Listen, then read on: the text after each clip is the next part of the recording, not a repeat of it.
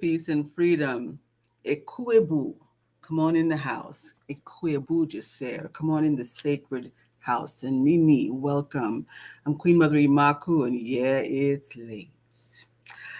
I was set up to go on earlier today, much earlier, but I have this really busy life that can sometimes be, well, often be unpredictable. And I am on the board of the major radio stations in New York, and we had two emergency meetings today. So, wow, that threw everything off. And then my camera decided to do something crazy, and so I'm trying to switch cameras. And then I found, let me just charge it for a while, and it came back, and then it was, oh gosh, it was really something. But let me just tell you, I've been wanting to do this topic for a while. I've been kind of, pardon the pun, dipping my toe in the water, as it were, um, regarding talking about the water tradition, the Kemetic aspect of it, and the Kemetic origins of Mami Wata. I see a lot of people sharing information on the net, and quite frankly, there are a lot of people who don't really have a clear understanding or have experience with uh, she who was known as Mami Wata. I'm going to get into that tonight, just so I have something straight, being on the record, because there are a lot of misperceptions about it. Let me just check and see if am I live on. Okay, looks like I am on IG. I figured let me experiment tonight. Give thanks. All right.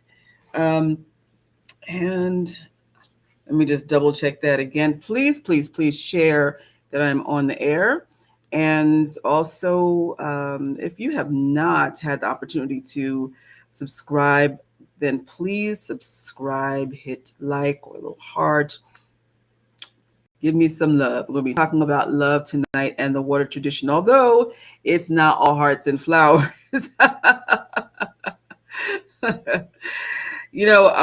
I've been on this journey as a water priestess since 2006. And let's see, am I on? If there is anybody who is on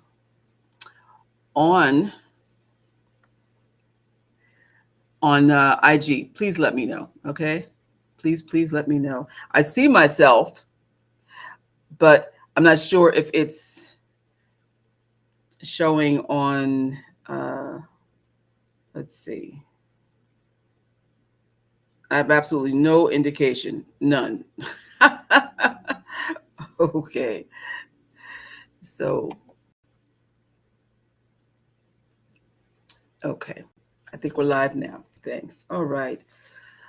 Okay, so this is a question and answer session for you as well, because I know that there are a lot of people who will contact me and have a deep interest in the water tradition. Peace and blessings, Taylor and Shield. It's good to see you. Thank you so much for being here. And,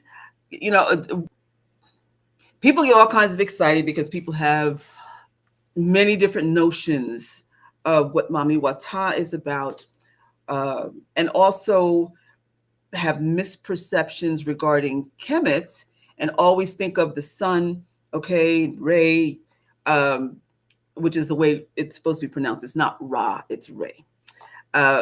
And also, people are really into mermaid culture.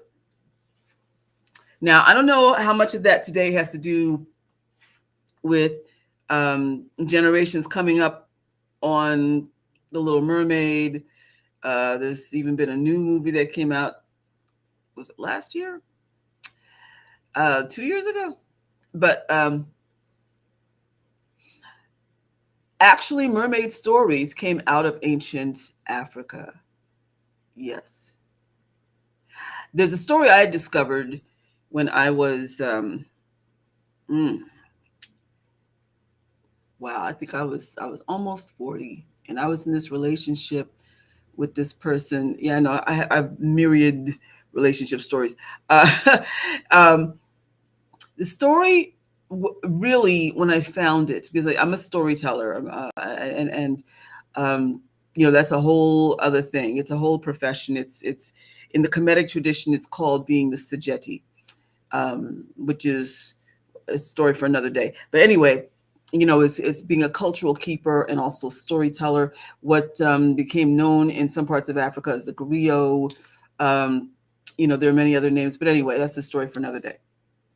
So the story was called Water Woman. It came into my life at a time where it really spoke to me, and had a message that I really deeply needed to learn. I have to say, in all honesty. And it has become my signature story ever since.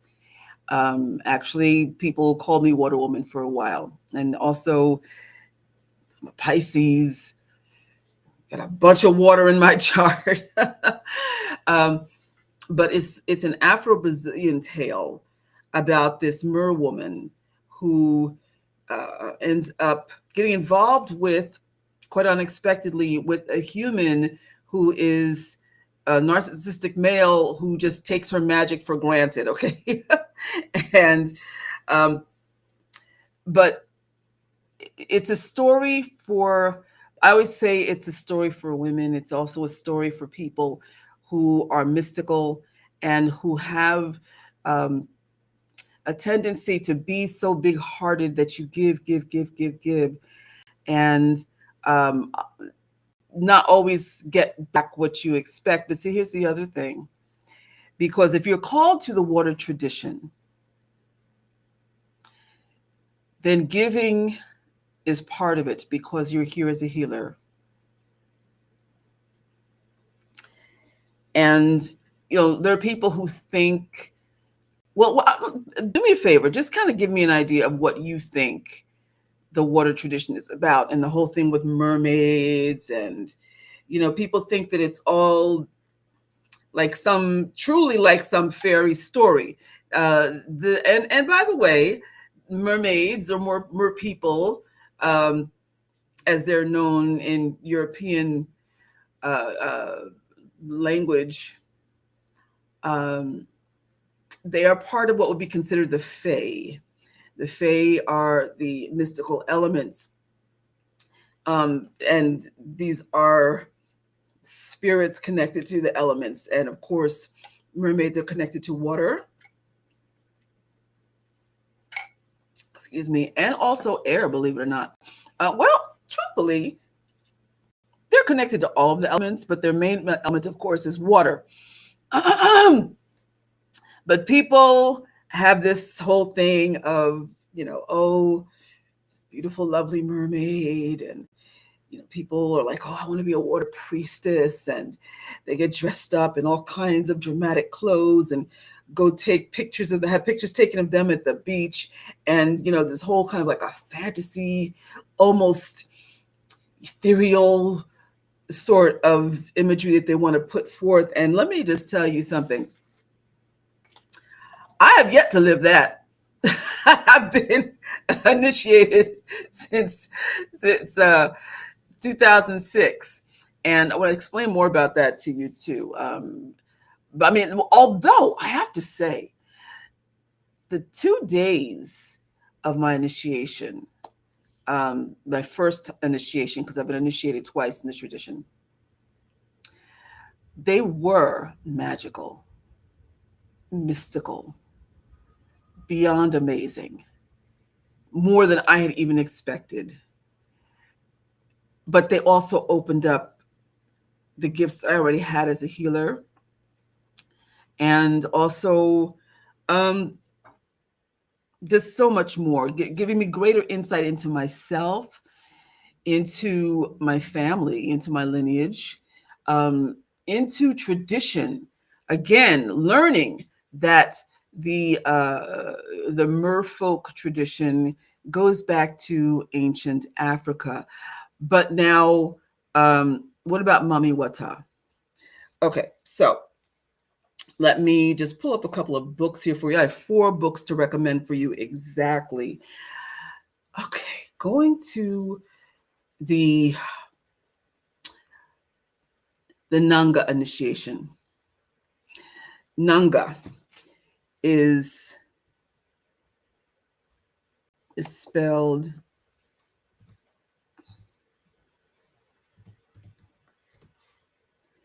like so. Nganga. It is the, for lack of a better term, shaman of a community who is associated with the water and the, I'm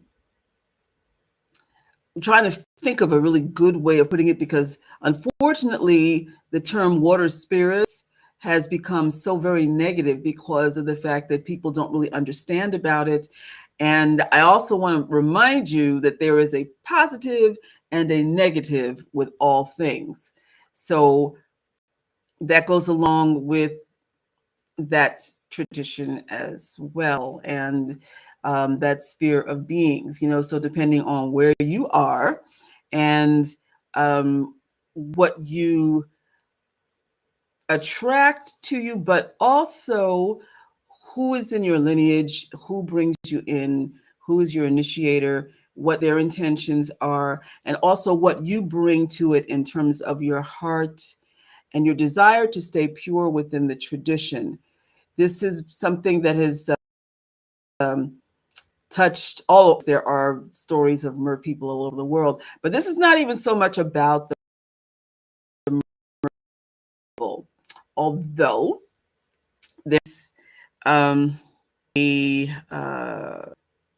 there are stories, and please again forgive me, it's been a long day. There are stories of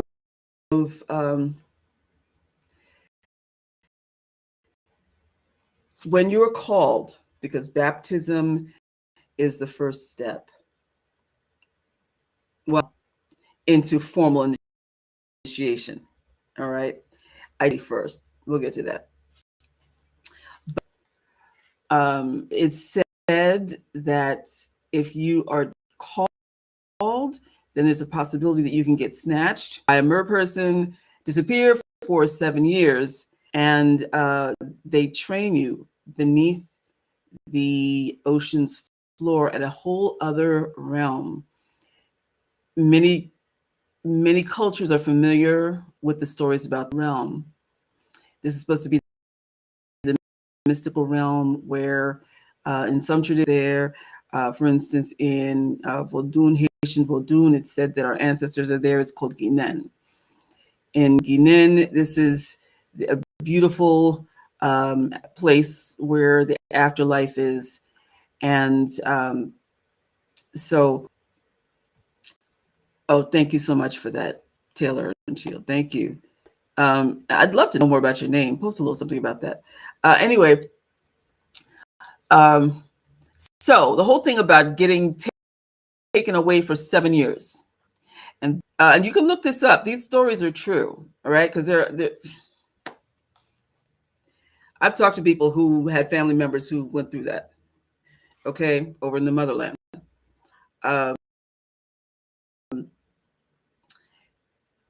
But the thing is, it said that the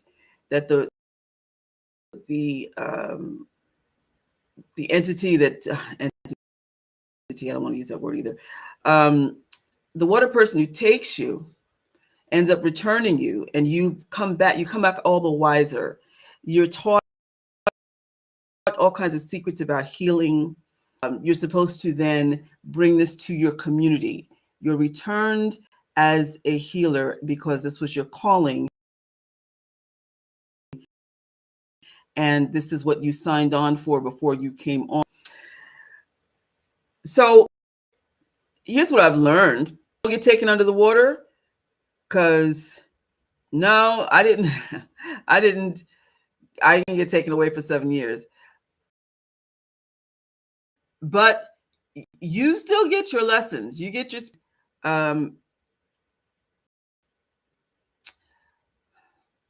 it's about facing yourself, because water reflects the best and the worst of you. And if you're going to be a healer, then it's important to have a good sense of who you are, what you're bringing, where you are in life, what you've accumulated in terms of your wisdom so far, but also where you are going. And compassion is deeply required. Compassion. And it's common for many people who are healers in this path to have some type of what in the Bible was termed as a thorn in your flesh. You'll find that the most powerful healers are people who are dealing with their own challenges. And that's because you're coming from a deep place of compassion. You understand suffering and become soft-hearted and want to help. If you are naturally gifted, I'm telling you, it's kind of an unusual thing. The best healers that I have known have had some serious, and there's something about it also that makes you more humble, and you tend to yield more to the divine, so that we're healing, you are more in tune, and you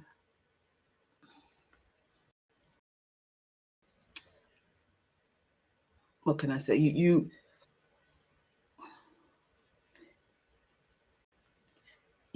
more acutely aware of your purpose.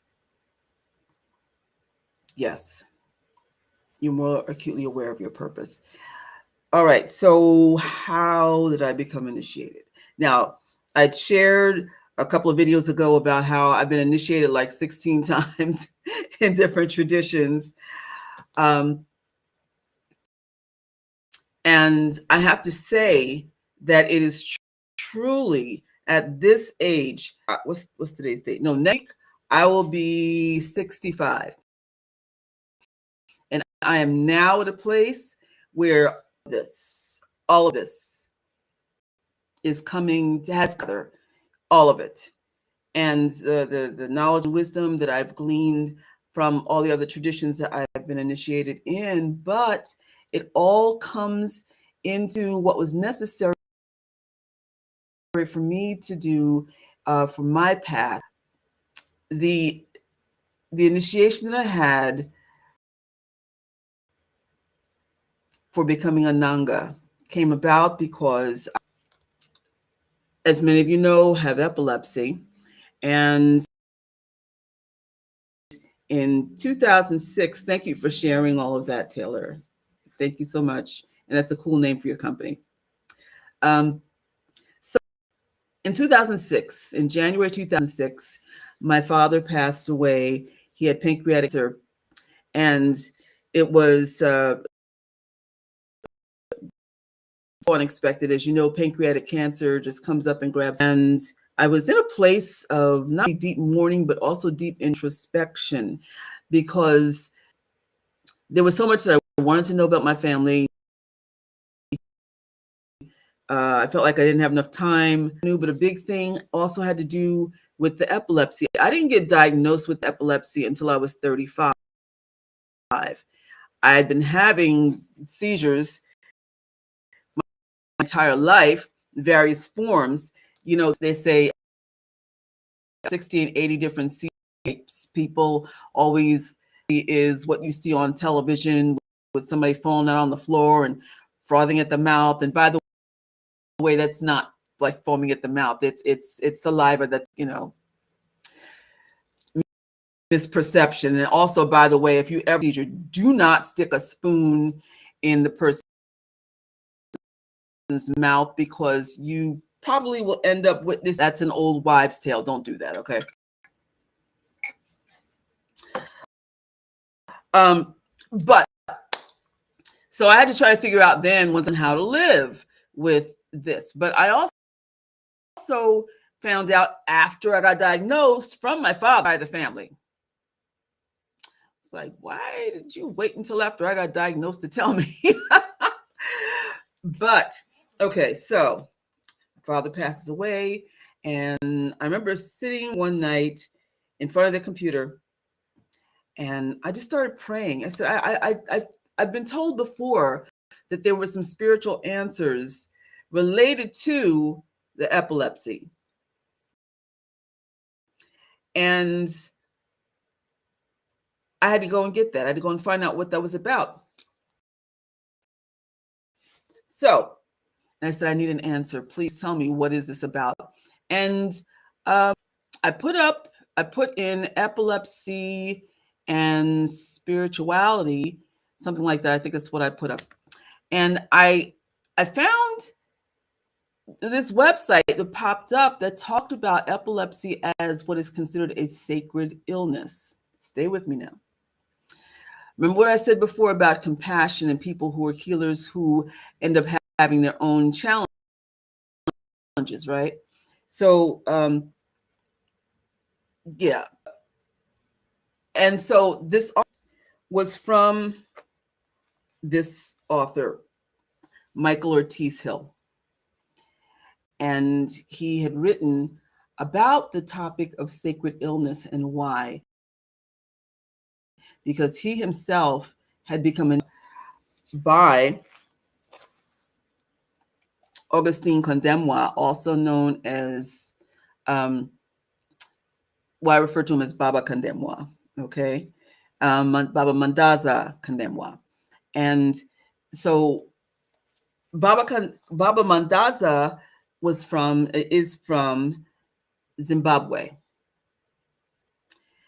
And he was someone who had been a colonialist police officer and came to a place where he realized he had a calling. Actually, he had an elder who was a woman who was a healer, who was a nganga for the community, who recognized the fact that he was going the symptoms of someone who is called to the water tradition. And he had to go through changes. So he was guided and went through a few and became the healer of his vicinity.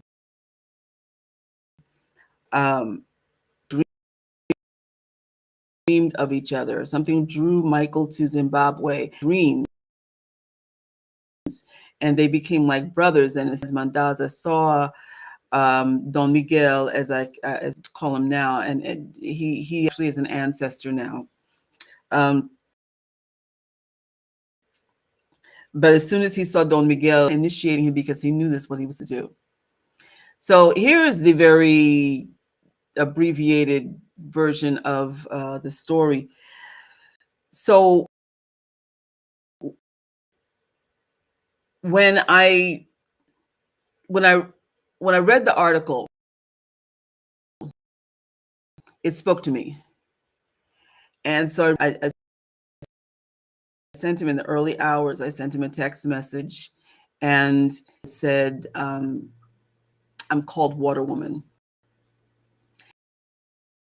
And in the email, I told him, and see, now by that time, I already had been initiated as from the age of like 31 as a priestess in a Brigitte circle, Maman Brigitte, okay, so that's another whole thing. And then became 7, and no, I became a healing, or 7, and then 2 years later in 99, I became an ordained minister, an earth keeper, and also again recognized as a healing work, has been part of my life. As much as I've tried to run from it, I've been a real reluctant Jonah when it's come to this. Nice that this is where I was supposed to go, and did what they could to help push me there. So even if I didn't want, even if I wanted to or not, because they knew my destiny. Even some of them said metaphysical church that I belonged to in the seminary that I went to. And incidentally, prior to being called a metaphysical church, actually was a spiritualist church or spiritist church. Okay, as spiritism, which in Latin culture is espiritismo. Also in Brazil, it's called espiritismo. This is dealing with dealing with those who have crossed over, and also being able to read people, and I had the gift, but I just wanted to be around people who could, not feel so strange, and also see what I could learn. And then I ended up becoming a minister in that church, and for that I'm grateful. So then and even in that church, I discovered, because there was a brother who was there who had just gotten initiated, in Isheshe. Wow, he just had this radical, beautiful change. And then I got introduced to Yemoja. Of course, is considered to be an African water guardian. Okay, so I was so drawn to her. It was, oh my goodness, Yemoja was good to me. And then I ended up going to Kemetic culture. That's not where I was trying to go. It really wasn't. I was trying to find an Ianifa or or an Ile that I could. But the divine. So I became a Kemetic high priestess, and also queen mother and scholar and yogini in the tradition. Now, again, I write them. I tell them what I've been through, and I tell them I just want some answers as to why I seizures. So he wrote back to me, and he told me, you obviously are called to become a nganga, and this is obviously something that had been in your bloodline. And he said, if you can get to such and such a location, because I'll be on the East Coast, if you can get there, I will baptize you and initiate you. And so the journey began. So again, this is the Reader's Digest version of the story. I had the most profoundly amazing initiation, I have to say. Oh my goodness, it was like something you would see or experience in a movie.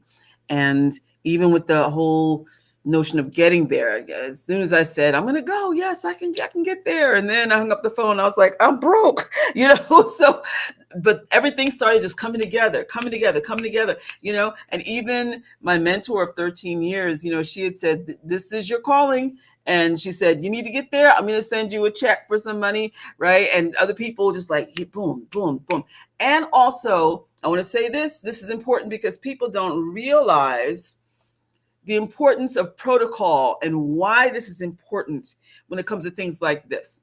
Because there are many of us who are in various traditions, have gone through various traditions and so forth, but just kind of bounce from one to the one to the one to the one. And what I did was appropriate in protocol. Before I went anywhere, I contacted my my HatMehit, my godfather at the time, to ask him what he felt, if this was correct for me, if this individual was correct. And he divined on it, and he said, this obviously is for you. there's something there you need to retrieve and bring back for our people. Go get it. And so, with his permission, protocol again. The checking in is important because, your godparent who looks out for you may pick up something that you don't see, right? So, and he was exactly right. So, the thing that was very interesting was all the crossovers that I experienced, that now I can point to being connected to this and connected to this and connected to this. At the time, I didn't know. This is why it's important to understand you don't get all the information at once. And it may be years later before now, you understand. Oh, okay, because now you have the information. Now you have the wisdom, right? And so, by the way, I want to recommend that you get these books. I believe they're still available, even though Don Miguel has become an ancestor. And then also The Village of the Water Spirits. And this one he wrote along with Baba Mandaza. The initiation with Baba Mandaza several months later was quite different. Necessary, but quite different. And so here's the thing.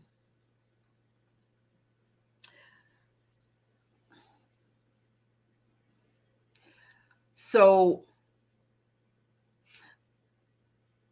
I started experiencing some eye-opening things once I got initiated, and things were like falling in line, boom, boom, boom, boom, boom.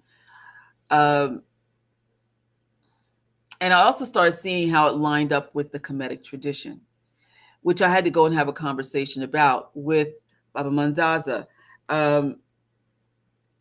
Raz Lazarus, it's good to see you. Give thanks and praise.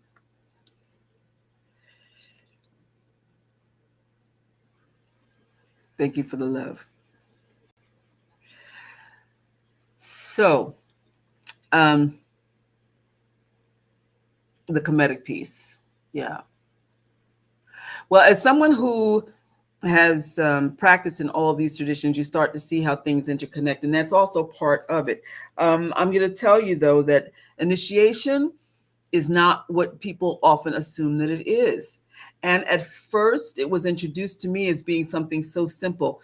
Oh, you just get baptized, you get immersed 3 times, and you come out of the water, and then all of a sudden you're a priest or priestess or nganga in the tradition. And it's much, much, much, much more. I had a chance to have really deep conversations with Baba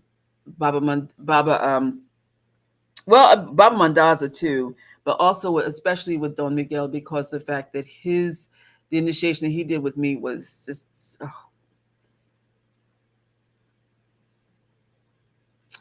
I've had some wonderful initiations, but that I have to say was the absolute best. It was the best. Because it was so humbling. I didn't know what to expect. I was scared. I was really scared. I can't swim. Well, now I can doggy paddle a little bit and I can float. But at the time, I couldn't even float. I couldn't swim, nothing. And I was afraid. First of all, I was praying, please, water spirits, please don't take me, because I don't want my children to think I'm dead, okay? And then the other thing was just not knowing at all what would happen. And so here's something really funny. So it took place at this pond, this well-known pond, which ironically had some names associated with some of the landmarks that correlate exactly to words in the Kemetic language, but they were Native American words. How about that? That's another story. But anyway, when I first saw the pond, wow, I looked at it and I just had this in my mind, I had this vision of, some big giant serpent, like a Loch Ness monster kind of a thing coming up out of it, right? And there happened to be this mist over the water at the time too. And so I asked my host, for where we were staying, because he and his wife lived in the state park, and we're playing host to Michael because he was doing a series of spiritual workshops there over the next several days. So I said, as we're walking past the pond, that's where you're going to get initiated. So I said, so anybody ever say that they've seen anything like a Loch Ness monster kind of creature in the water? And my host said, oh yeah, actually there are a lot of people who say they've had those sightings. And I was just like, oh my God, because I didn't want to get in. I did not want to get in the water. So I'm going to tell this story. Okay, so my accommodations were very rudimentary. The first time, not the second time. The first time I ended up being in this really dank basement, and but it was okay. It was okay. So on the day before the initiation, and I should say Michael and I, Don Miguel and I hit it off like that. So the day before my initiation, all I could think of was, I don't want something to come out of the water and snatch me. So I went out with my drum. A lot of y'all know I'm a drummer. I took my djembe and a chair and sat very quietly out on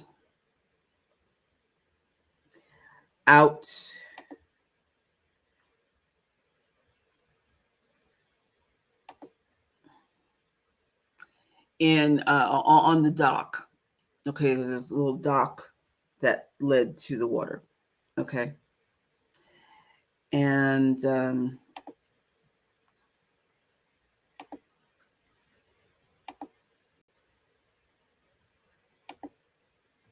okay.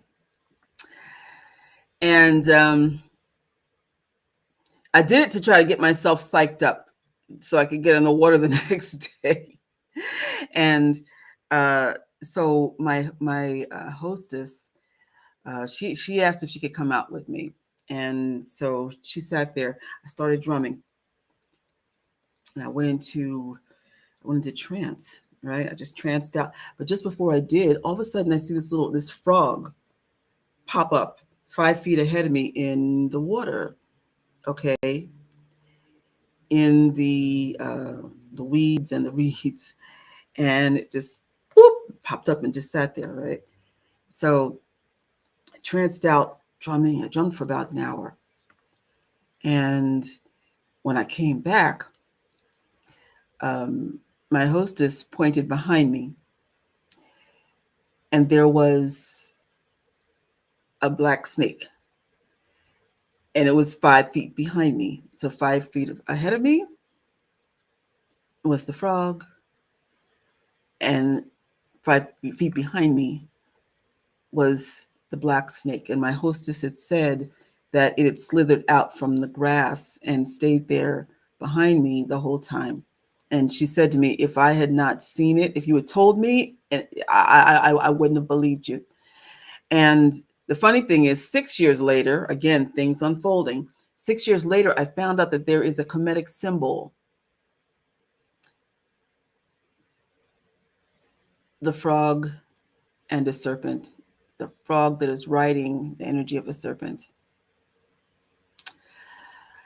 My hostess said, let's go to the water's edge and see if the old tortoise who lives here will come up and say something, or not say, but greet you, show itself to you. And she said, she's very, very old. She doesn't really like people, but maybe she'll like you. We walk to the water's edge, and then all of a sudden this old tortoise pops up in the water looking like, what's up? And she said, oh my God, this is real. You are a water priestess. You are supposed to be initiated. So don't you know, the next day, the day of my initiation, so Don Miguel and I went out to the dock. And again, I brought my chair and I brought my djembe, trying to get myself psyched, And I tranced out, but again, same thing. And in the same area, the same looking frog popped up in the water. And then when I finished drumming, Michael pointed behind me. And again, black snake. This is not any kind of figurative talk. This is what literally happened. So at that point, I said, okay, I'm ready. Now, at this point, Don Miguel had been initiated. I'm sorry, he had been diagnosed with multiple sclerosis. So he wasn't able to get into the water with me. And actually, I prayed that I would be able to go in and immerse myself.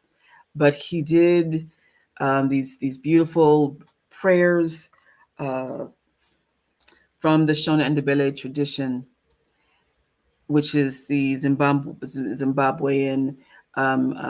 people that Baba Mandaza is from. He did these beautiful prayers, and then he also did prayers in Yoruba. And then he motioned his arm like this, and he said, over the water, and he said, "There you go, my dear." He was sitting on a little stool with his cane. Went into the water. First, I took my ankh and I swished it in the water. I put it back up on the dock. And then slowly I went down, and it was so purifying, so cleansing, even in this murky water. And I remember going down. Brandon, peace and blessings. It's good to see you. I went down in the water. I remember my locks floating up as I immersed myself. You go down, you stay down as long as you can. And the third time when I came up, there was this perfect circle of little silver and blue iridescent fish that were crowning my head. Okay. And as I got up and I walked further, they expanded out, and I felt these little bolts coming out. There was little electrical fish, and I'm thinking, wow, I have epilepsy already. What are y'all trying to do to me? But it actually felt very empowering. And they kept perfect circular formation as I'm walking up out of the water, and I just kind of half tranced out, and I just listened to the divine. I picked up my ankh. I went over to Don Miguel and was just guided as far as what to do with my ankh and doing healing work with him. And it was a tremendous experience. And there was this experience that Don Miguel had afterward. And it was like the healing energy that I was already working with had just magnified by 10 times. And wow, I just felt like everything in my life was just aligning after that. And what was so interesting was, here I went there on faith, right? And everything just fell into place. And then I left there, all these people had sent me money, and it was cool. It was really cool. I started doing healing work on people after that, and I started doing initiations in the same way, but I found out that, first of all, what happened to me was something actually that did not happen to Don Miguel or even Baba Mandaza. So I didn't have anyone to guide me until I figured out that this was something else. And once I realized, with all the symbolism and everything that was happening, that this was connected to ancient Kemetic energy, I was able to go to my HatMehit, to my godfather. And I remember bringing him my notes. I brought him my Kemetic, my ancient Egyptian dictionary, all these words that I found that all were associated with what happened to me in this pond up in Massachusetts, and the whole experience, right? And so I said, "Can you piece this together for me?" And again, this is 6 years later, right? So he sat there, and then I watched him go into trance. And then he broke down everything, everything, everything, and even pointed out to me this one symbol associated with one of the words that tied in with what had happened in the Kemetic language. There was a word there and a symbol that indicated somebody falling down having a seizure, but it wasn't a seizure, okay? That it was a spirit activity. And I had come across different books and articles that talked about sacred illness in ancient Kemet, and also with what was perceived to be a seizure was actually being spiritually mounted. If you're in an ATR, you know what you know, and so this goes all the way back to Nile Valley civilization, the HatMehit Valley, right? So I was amazed. I was just like blown away. And so then I said, "Well, Grandmaster, why me?" He said, "Why not you?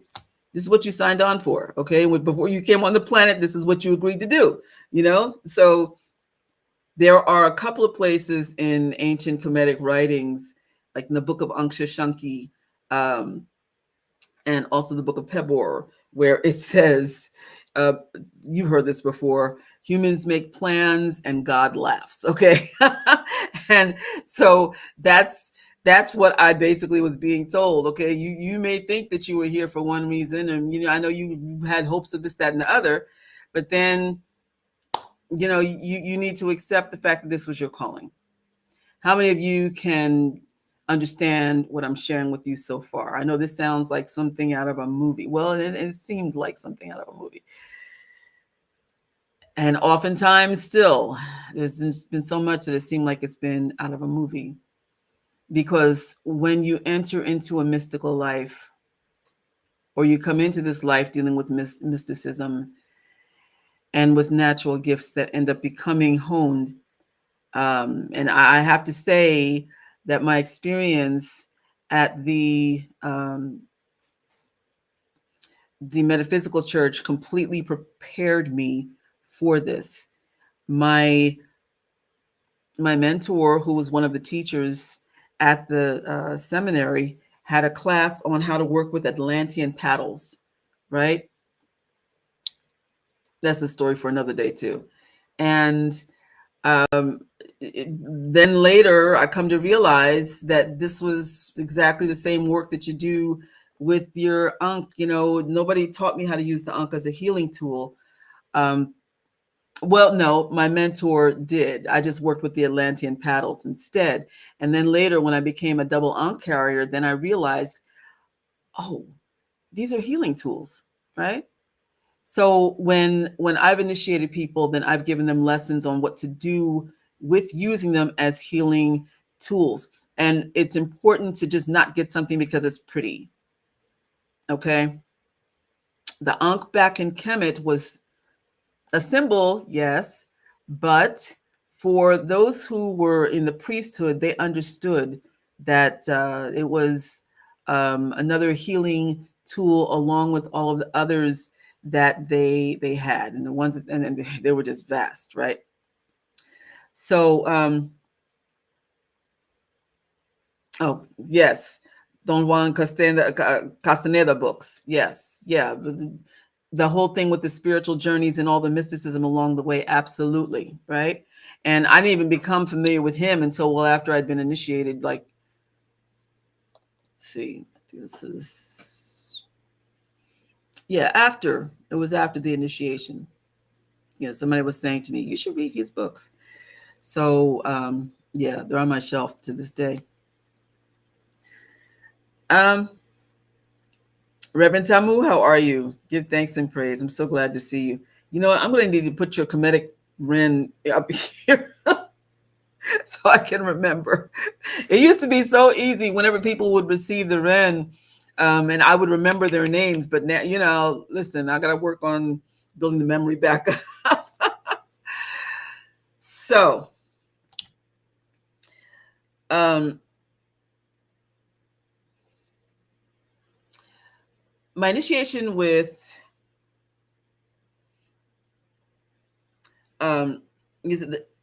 Reverend Tamu says the Ankh was instrumental in my personal healing. Give thanks. Yes, gotta know what to do with it, right? And also the symbolism that should go on it. When, you know, you shouldn't just go and say, "Oh, that's pretty. I'm gonna get that," you know, or that looks sturdy. You know, I'm gonna get that.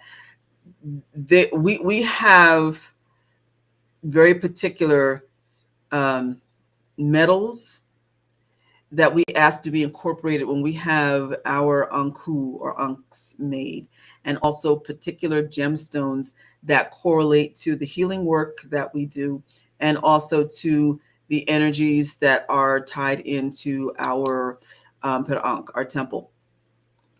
Gotta know what you're doing. Okay. And also it's important to know who, in deciding who is going to make your Ankh, because their energy is going to be fused with your Ankh, you know. So the whole notion of making za, which is protective jewelry, is a sacred art, and you want somebody who is of a holy nature and fully committed to this very beautiful art and ministry, because that's ministry, to do your Ankh. Okay. All right. Going forward.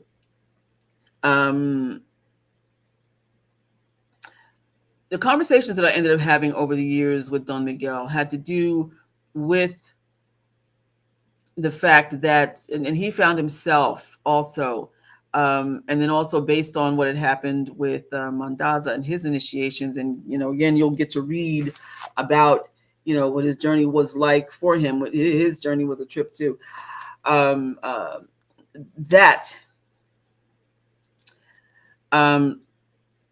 Yeah, Infinite Treasures. That's where my last Ankh came from. That was gifted to me by my my godchildren. Yes, yes. You remember that, right? When I showed it to you. So so the initiation process in becoming a water priest or priestess, or a nganga. Nganga is the term that is used. Some people who are in Palo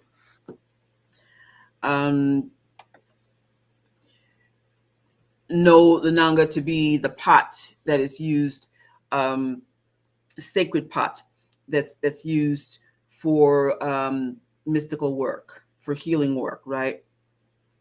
And by the way, we have an equivalent, but it's not a pot. And again, it's only because of everything I went through that I came to start seeing the different correlations with this. But in becoming a nganga, it's a lot more. And yes, I'm typing in the name for you right now. Gathering in the names. The subtitle is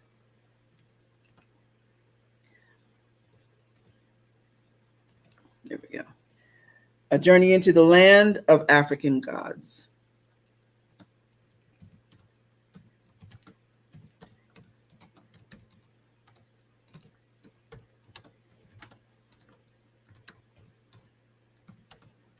You know what's funny? I put this quieter keyboard down here, and I just keep forgetting I have this right there. And that's by Michael Ortiz Hill and Augustine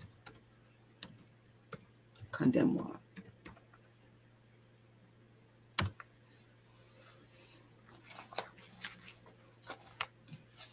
Then you have the village of the water spirits.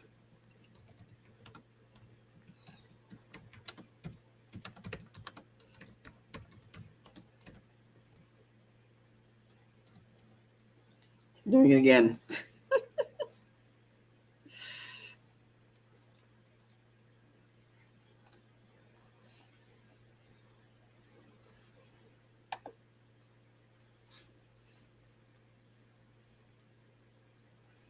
Everybody see that?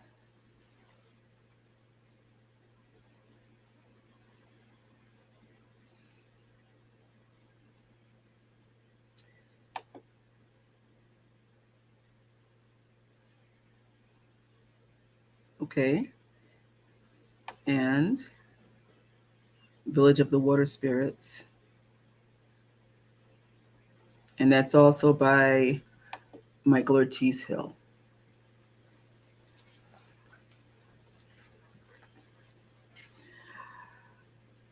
And you know what's really funny? We found out that our family name, which is in the Anderson artist line, okay, artist, which is very well known in the Virginia area. That's one of our family names, and found out within the last few years that the original name was Ortiz.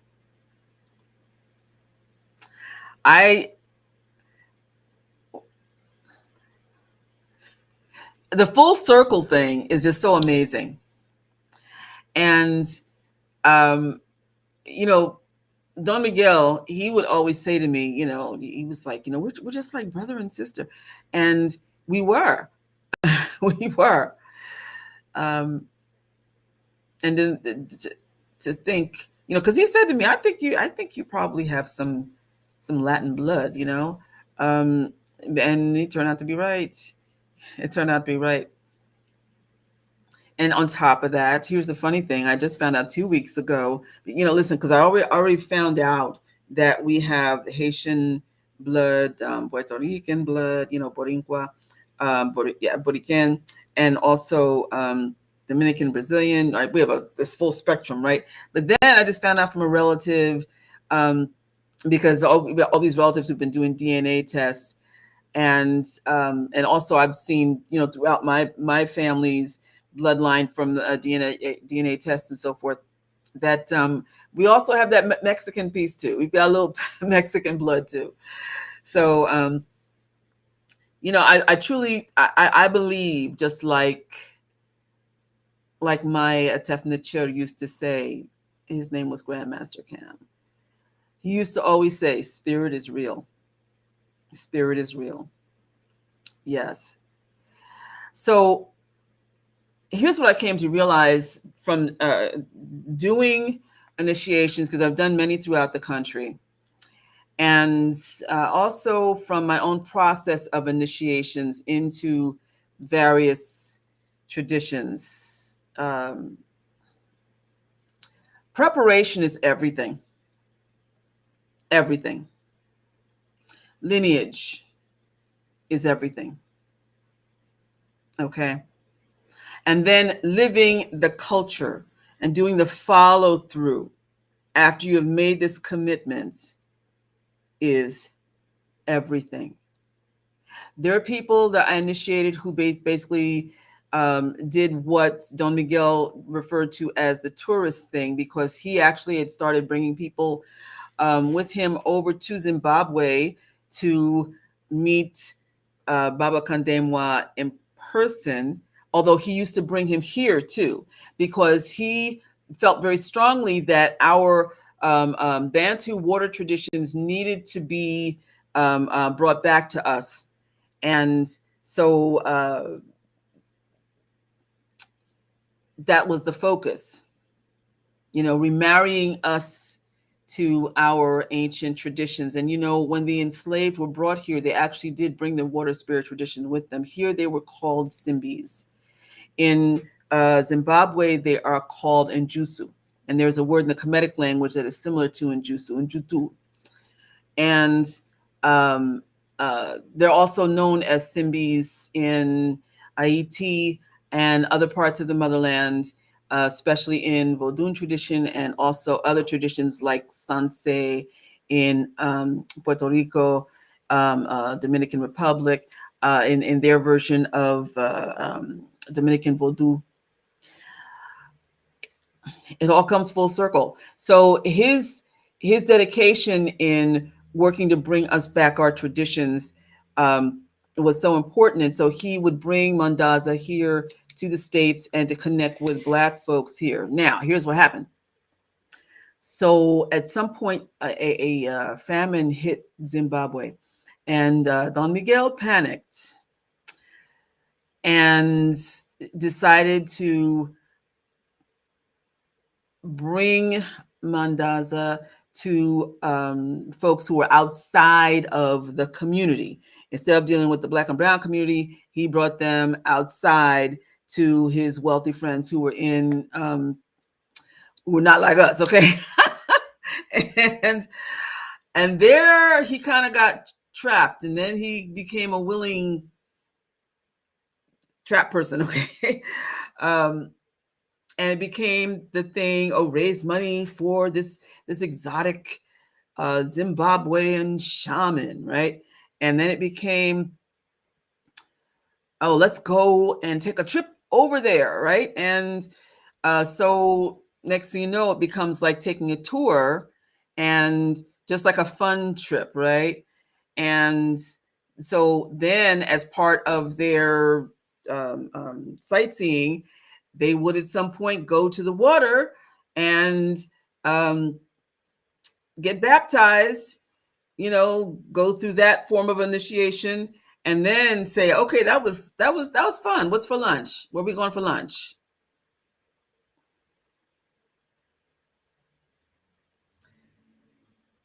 Unfortunately, I've seen, as I started to say, that there have been folks who have gone through initiation who have had the exact same attitude. Okay, I did this. Now what can I get initiated in? Okay, I did this. Oh, or they'll want to just use the title so they can try to just turn around and get some money. Listen, one person went through the first level. No, two people went through the first level of initiate. No, let me think about the one. Now, actually, no, there's two of them, and they were friends. They went through the first level of initiation, and one went on to continue with classes. The other one actually got kicked out of our temple. Took maybe like 2 classes with me, and he was found to be very arrogant, and everybody said, we got to put him out, and we did. And he turned around and started putting the story out there that he was initiated as a nganga by me and was charging people gugobs of money. Nobody thought to call me until years later, right? After a whole bunch of people had been scammed. And he knew nothing of the tradition. He knew nothing of the rituals. He knew nothing of the healing work that was required, because ultimately, here's what this is. This is becoming a servant to the community. This is ministry. It's ministry. It's not about trying to get throngs of people to follow you. It's not about trying to conjure up some dark spirits and having other people at your beck and call because they're afraid that you're going to throw something at them. That's not this at all. And for those of you who experienced that with that individual, I'm very sorry that you went through that. I've said this to you before, okay? But somebody should have called me, daggone it. I mean, why would people wait? He had me on his website. He put up a website and said that I initiated him, which was a bold-faced lie. Had people praying to me, my picture on their altars. Then I'm understanding why my life was falling apart. It's like, once I found this out, I had to do a special live and let people know this. Listen, this ain't cool. He's not my godson. He didn't get initiated. He went through the first level of baptism, did not take the classes, because by that time it was clearly established you needed to have classes. Yes. Okay.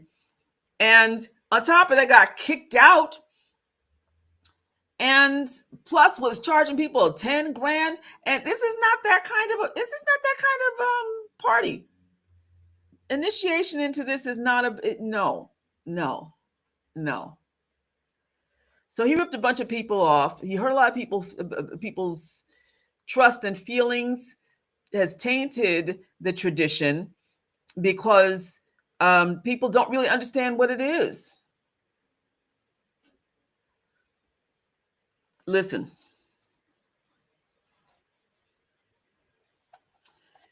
This is the next book I'm going to recommend. This is The Sybil's, the first prophetesses of Mami Wata. The Theft of African Prophecy by the Catholic Church by Mama Zogby, or Zogbe, also known as Vivian Hunter Hindru, Chief Hunan Amengansie. Okay. In this book, she talks about the very oldest Mami Wata temple that is known. Maria, how you doing? Actually, was going to reach out to you tomorrow. And I hope you ended up going. Did you come here to the States? You're here now? Please tell me you came. In this book, she explains that the oldest Mami Wata or water spirit temples were found in ancient Kemet. And the oldest one was a Wadjet temple. Wadjet, who represents the first eye, who also represents healing. She's associated with the Wujat, which is the first eye, but she is the healer. You didn't go? Call me tomorrow, okay? Let's talk. And so, I mean, there's so much wonderful documentation that she has in here on the history of the Sybil's. Now, listen, I found the word saper, the term saper, which is another word for prophetess. The Sybil's, who were the Mami Wata priestesses, were prophets or prophetesses and healers. Yes, they were oracles. And they were about healing the community. They were sort of like what we call also zunut, the doctors. And then also back then, if you were a priest or priestess and you were in one of the early temples, then you were experiencing their versions of hospitals. If you went to the temple, you were going to get healing. You were going to consult with a doctor, with a priest or priestess who was trained in medicine, trained in herbalism, trained in oracle, trained in all these different aspects, because they considered body, mind, and spirit all important. So this was about your well-being. And these prophetesses who were in service to mankind in order to help uplift mankind. And Brandon, I see that you're familiar with the books. You say, I love the Sybil's books. Yes. So she traces it back. And so that gave me the license to hit the ground running after that, because you all know I've already done a lot of research. I've told you all about my article that's been plagiarized across the internet now for the last 15 years about the Kemetic origins of the word witch, which really was Wadjet, which really referred to the healer, which also refers to the bundle of herbs that is the scepter, the Waj scepter, which represents healing, and how the term your health is your wealth actually first was associated with Kemet because they understood that your wealth really was about how you lived and if you were healthy and also wealthy. But that, of course, your health came first. And also, the word wajur is where water came from. Yes. There is a male aspect who is known as Wajur. You have Wajet and then you have Wajur. And his name means the great green, which is referring to the expanse of the water, the ocean. He would be the equivalent of Agwe in Guinean, Vodun, okay? So that made me really wonder. Now, one of the other ancient temples was a Heket temple. And there are writings with two very prominent men back in ancient Kemet who spoke about or wrote about the rebuilding of the Heket temple and also other temples where these Netshurut or Netshurut guardians were divine oracles and also healers. Okay. So here's the other side of, well, let me further explain this. This path is not just about being a prophet, being a healer, your service to humanity and community in various ways. And it is also about being the peacemaker. HatMehyt. That was a title for Jehuti, who is also a water guardian. He is the wise person who stands in the lake. In fact, my other godfather besides Don Miguel was Baba Mandaza. And so he, when we met months later, because I'd gotten initiated in the spring, it was May of 2006. And then Don Miguel told me, you should come back here in the fall when Mandaza is going to be here and go through initiation again, okay? Because it's a multi-layered process. And so I did, and he had been told about me, and he wanted me to use the healing energy that he heard about. And I was able to give him a healing session. He also asked me to do an oracle session for him, which I did. And but the very first thing he asked me was daughter. He indicated his pendant that he had on.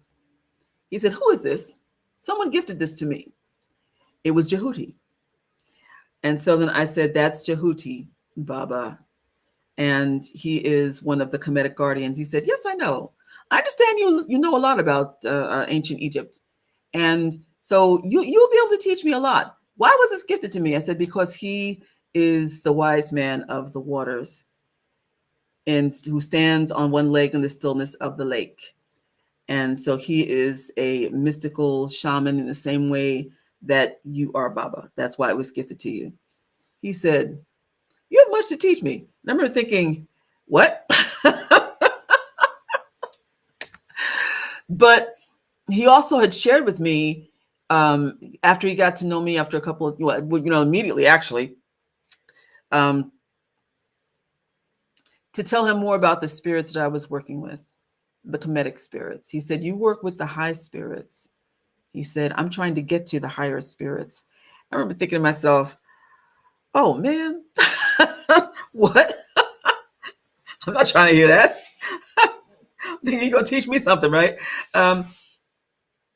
But the truth is, the very vast expanse of Kemetic guardians are indeed water guardians. Mm-hmm. People think of sand and desert when they think of ancient Kemet because that's what it had become. It was originally a lush place, lots of forestry, okay? And then the topography changed over time. And the Nile River, or the Hapi as it is known. And Hapi is who is one of the guardians of the Nile River, is also a water guardian. There are many of the Hapi, or the Nile, and they are all water guardians as well. But the Hapi ended up kind of like moving, right? And so the topography changed and the environment changed. So most people think of the sun. The sun was never worshipped. The sun was depicted, was a depiction of Re. Okay.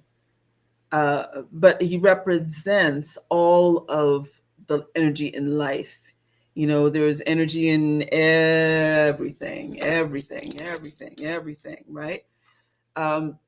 That's what he really represents. And so there was never any sun worship in Kemet, even with Aten. Well, maybe the closest you could get was maybe with Aten, but still it was understanding that this was sacred energy, and also something of an egregore with the energy around it, but also that it was a celebration of an understanding of life. So anyway, back to the water.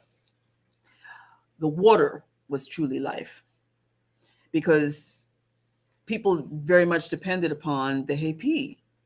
So it makes sense that the guardians who were the most precious to the people in the Nile Valley region, whether you're talking about Eritrea, whether you're talking about Ethiopia, whether you're talking about, all up and down the river, it was everything.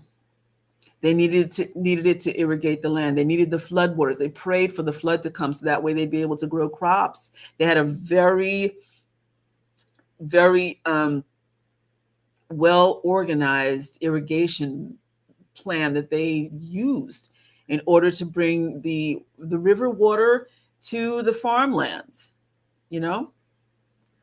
So I always say that the people who lived closest to the water, or on the water, or at the water, near the water, were actually the ones with the real juice. Because you had to be keenly aware of your environment if you were spending all this time on the water. Why? Because they had crocodiles, they had eels, they had hippopotami, they had all these things that could just come up and snatch you and take you out. So you had to really be attuned to what was happening in nature. But see, this is also representing how you're supposed to be divinely attuned to the high creative force, and understanding how it is part of all of us, and we are also part of it. Way, we say, which means one with the one. Being one with the water, people went down there to catch their food. They went down there to, then you had like the lions and whatnot, panthers, who were going to the water to drink, and so they could go and drink, then you can be their dinner, right? People went there to wash their clothes. Everyday life. They traveled up and down it on boats, on barks, The water was everything. And those who were far removed from the water were those who were in the palace and had their own pools and had someone who could bring the water to them. And y'all have heard me talk before about the fact that there were people who were employed as royal butt washers. I think there's something wrong with that. Okay. I mean, I know a lot of people who need work and so forth, but I mean, like, you're that sedity where you can't even take care of your own business like that.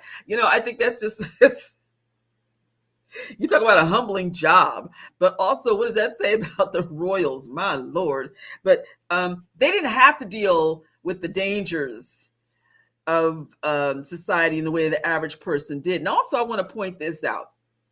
In fact, I'm going to do a real quick short on it, like a minute or two tomorrow. People are always talking about the royals and all of this. And People now make it seem as though everybody, was a king or queen. No, everybody wasn't. And if you really want to know, the individuals who were the most depended upon in ancient Kemetic society were the farmers. That was the number one industry. Why? Because of the growing of crops and grain and the very staple of grain. They had granaries. That was akin to having a bank. You stored up your grains in case hard times hit. And so they, however, were considered the on the bottom rung of society. Isn't that something? There is a piece written called The Satire of the Trades. And in truth, it's not really a satire on the trades. And so this, Lord, where are my glasses? Okay, beginning of the instruction and letter writing made by royal scribe and chief overseer of the cattle of Amun-Re, king of the gods. Okay, so yeah, Nebmare Naket speaks to the scribe. All right, so here's the thing. In this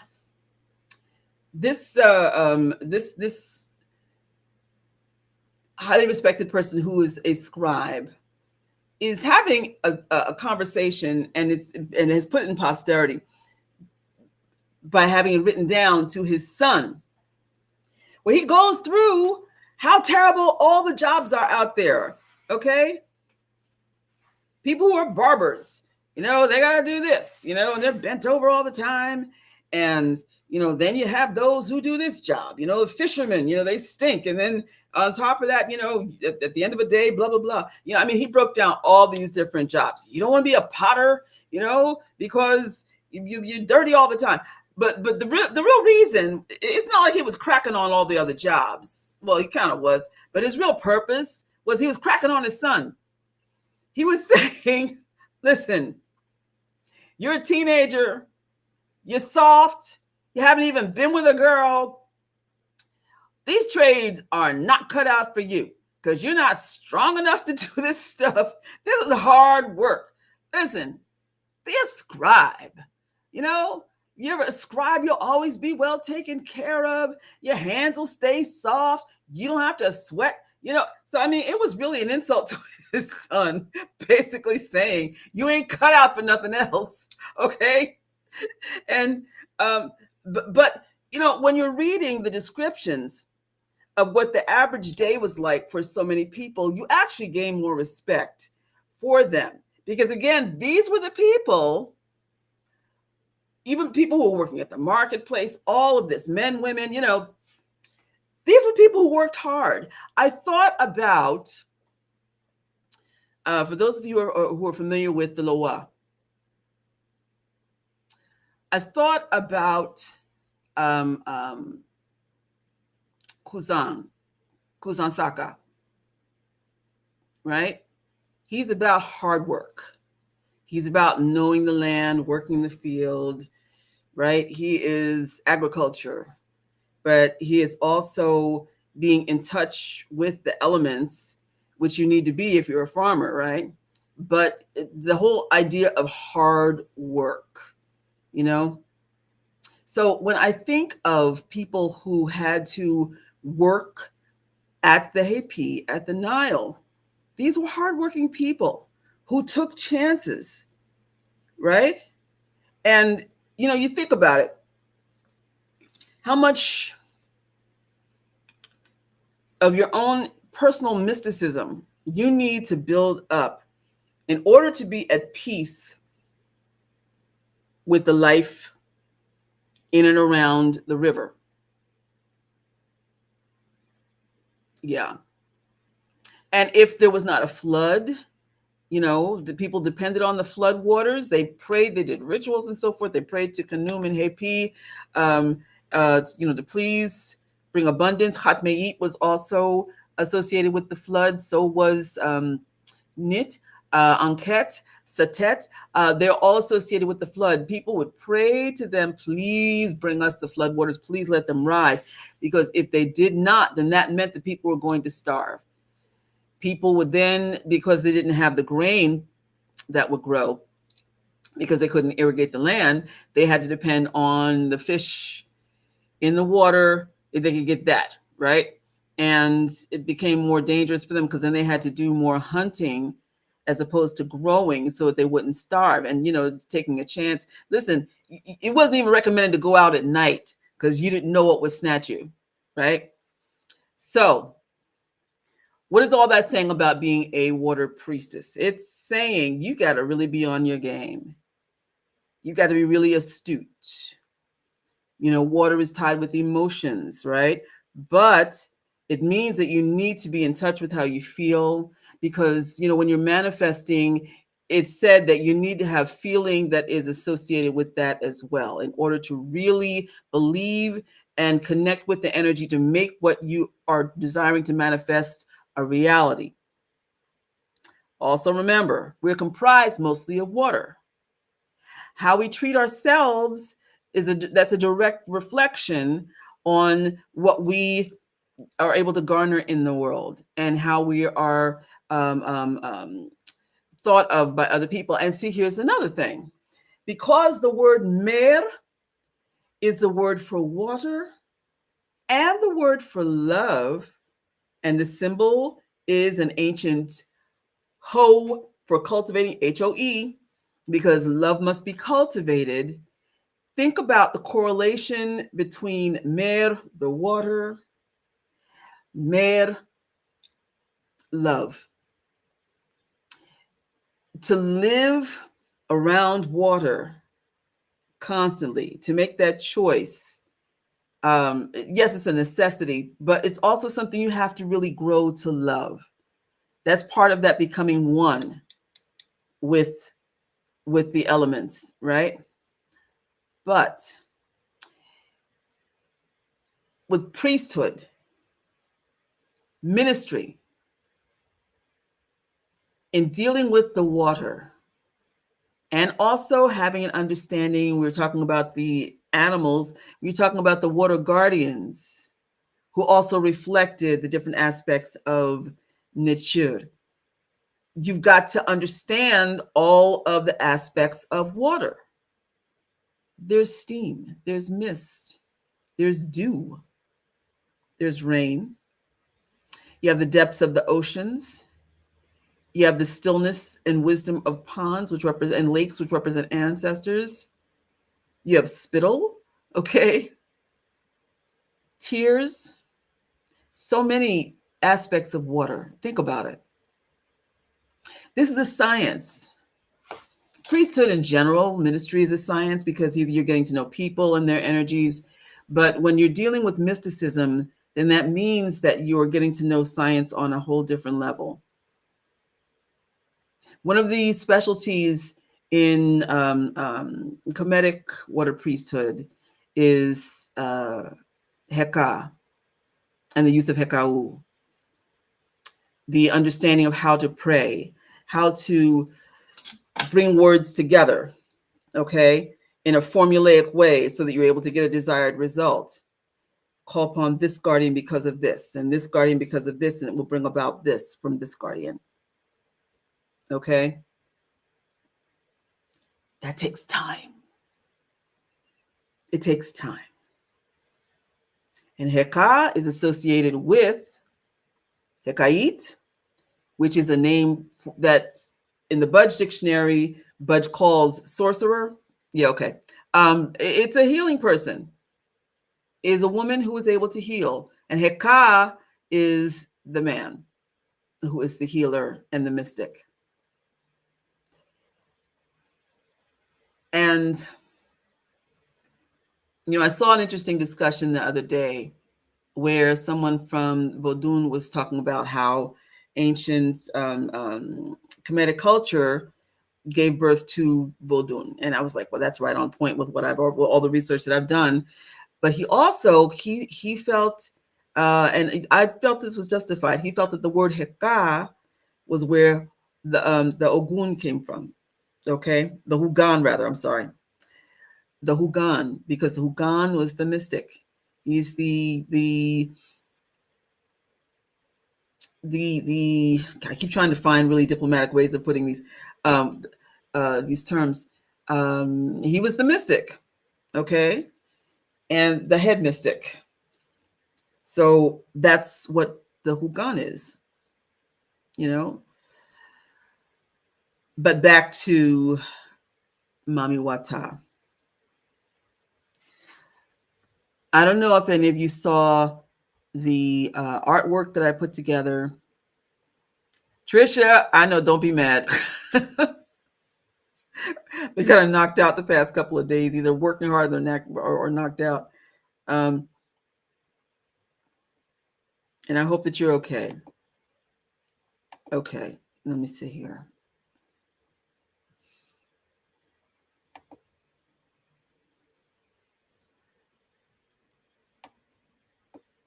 So this is what I put together.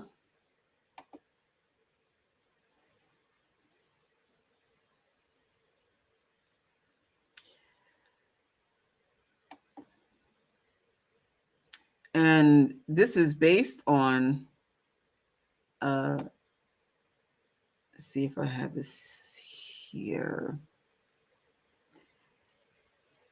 The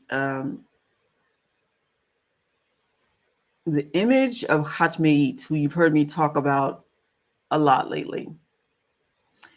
She is love. She is water. She predates Yemoja. Actually, there are Kemetic words that are similar to Yemoja, very similar, that refer to HatMehit. And yeah, I'm not seeing it here. So she is depicted with a fish crown, and her name means she of, here we go. She of the full heart, she of the full breast, the leader of fishes, okay, the leader of abundance. These are all like Yamaja, right? Now,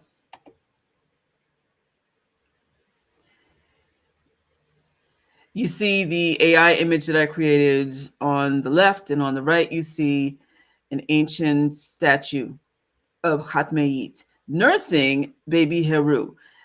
Yes, she had Heru before. She had Heru before Aset did. And in fact, Nit also is depicted with Heru as well as Bastet. That's why research is important. But anyway, their triad is HatMehit, Anebjadet, who is an aspect of Kenamu or Kanum, and baby Heru. There were many Herus. Okay. Again, do your research.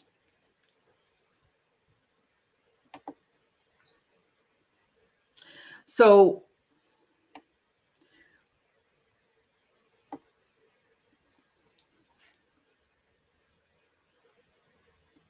oh, you like that picture?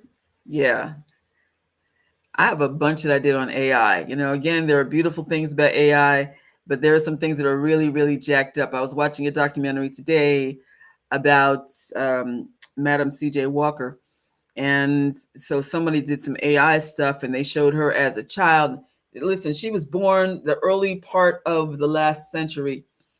And they got her dressed in it, you know, dressed this illustrated image of her in this little cute, like 50s party dress, 50s, 60s. I'm like, come on. Can we have things congruent here, please? So anyway, yeah. So, but I have a lot of fun doing the AI images. At least, listen, I do them over and over again because I want to make sure that I get it as close as possible without it being like out there, right? So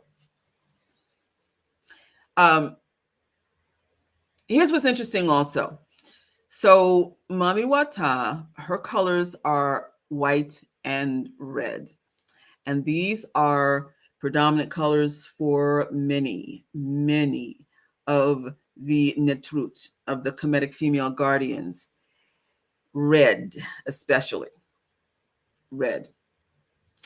Red, the word for red is just desher or jeser, and it also means holy. It also refers to blood.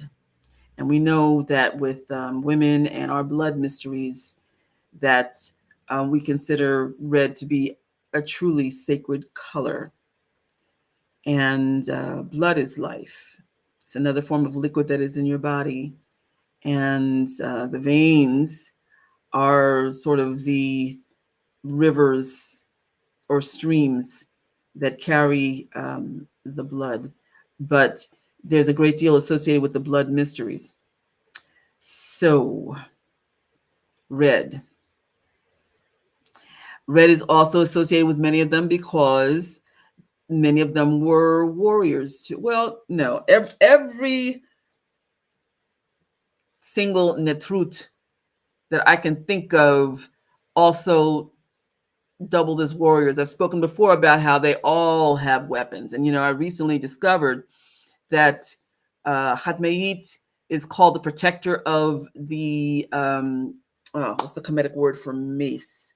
But the mace, that is like a club, okay? It's like a fancy club that you beat somebody with. And so she's called the protector and guardian of the mace. Listen, here's something else that I learned in terms of peace. And this was the hardest lesson that I've learned. When you want peace, you can try to negotiate. Sometimes those negotiations mean you stay over there, I stay over here. As long as we have that understanding, we're cool. We'll be just fine. Okay? But then sometimes you got to have confrontations with people. And you need to have your energies honed in order to know how to deal with that.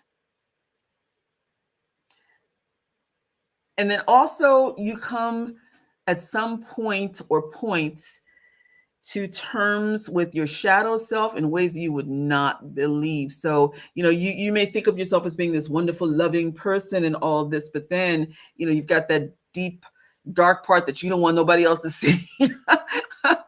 Maybe a raging temper. Maybe you get frustrated at things, but just to kind of, press them down. Maybe you get depressed. You have to deal with all of these aspects of yourself in order to temper yourself into a better person so that you are able to better serve humanity. Because ultimately, again, it is about serving humanity. Developing these mystical gifts and qualities are important, but not so you can try to prove how bad your juju is. No. It is about how you can bring these to help serve the planet. That's what it is. It's not about ego. It's not about the outfit that you wear. It's not about trying to get people to bow and scrape to you. The higher up you go, in fact, and yes, there are levels to achieve in in water spirituality, especially in Kemetic water spirituality. And I have to say, at this point, as far as I know, still we are the only Kemetic water temple on the planet. And I've worked very hard in resurrecting the traditions. And I also have to say that as I have come through these various traditions, I'm able to see how everything is interwoven. Everything is interconnected, and that's a beautiful, beautiful thing.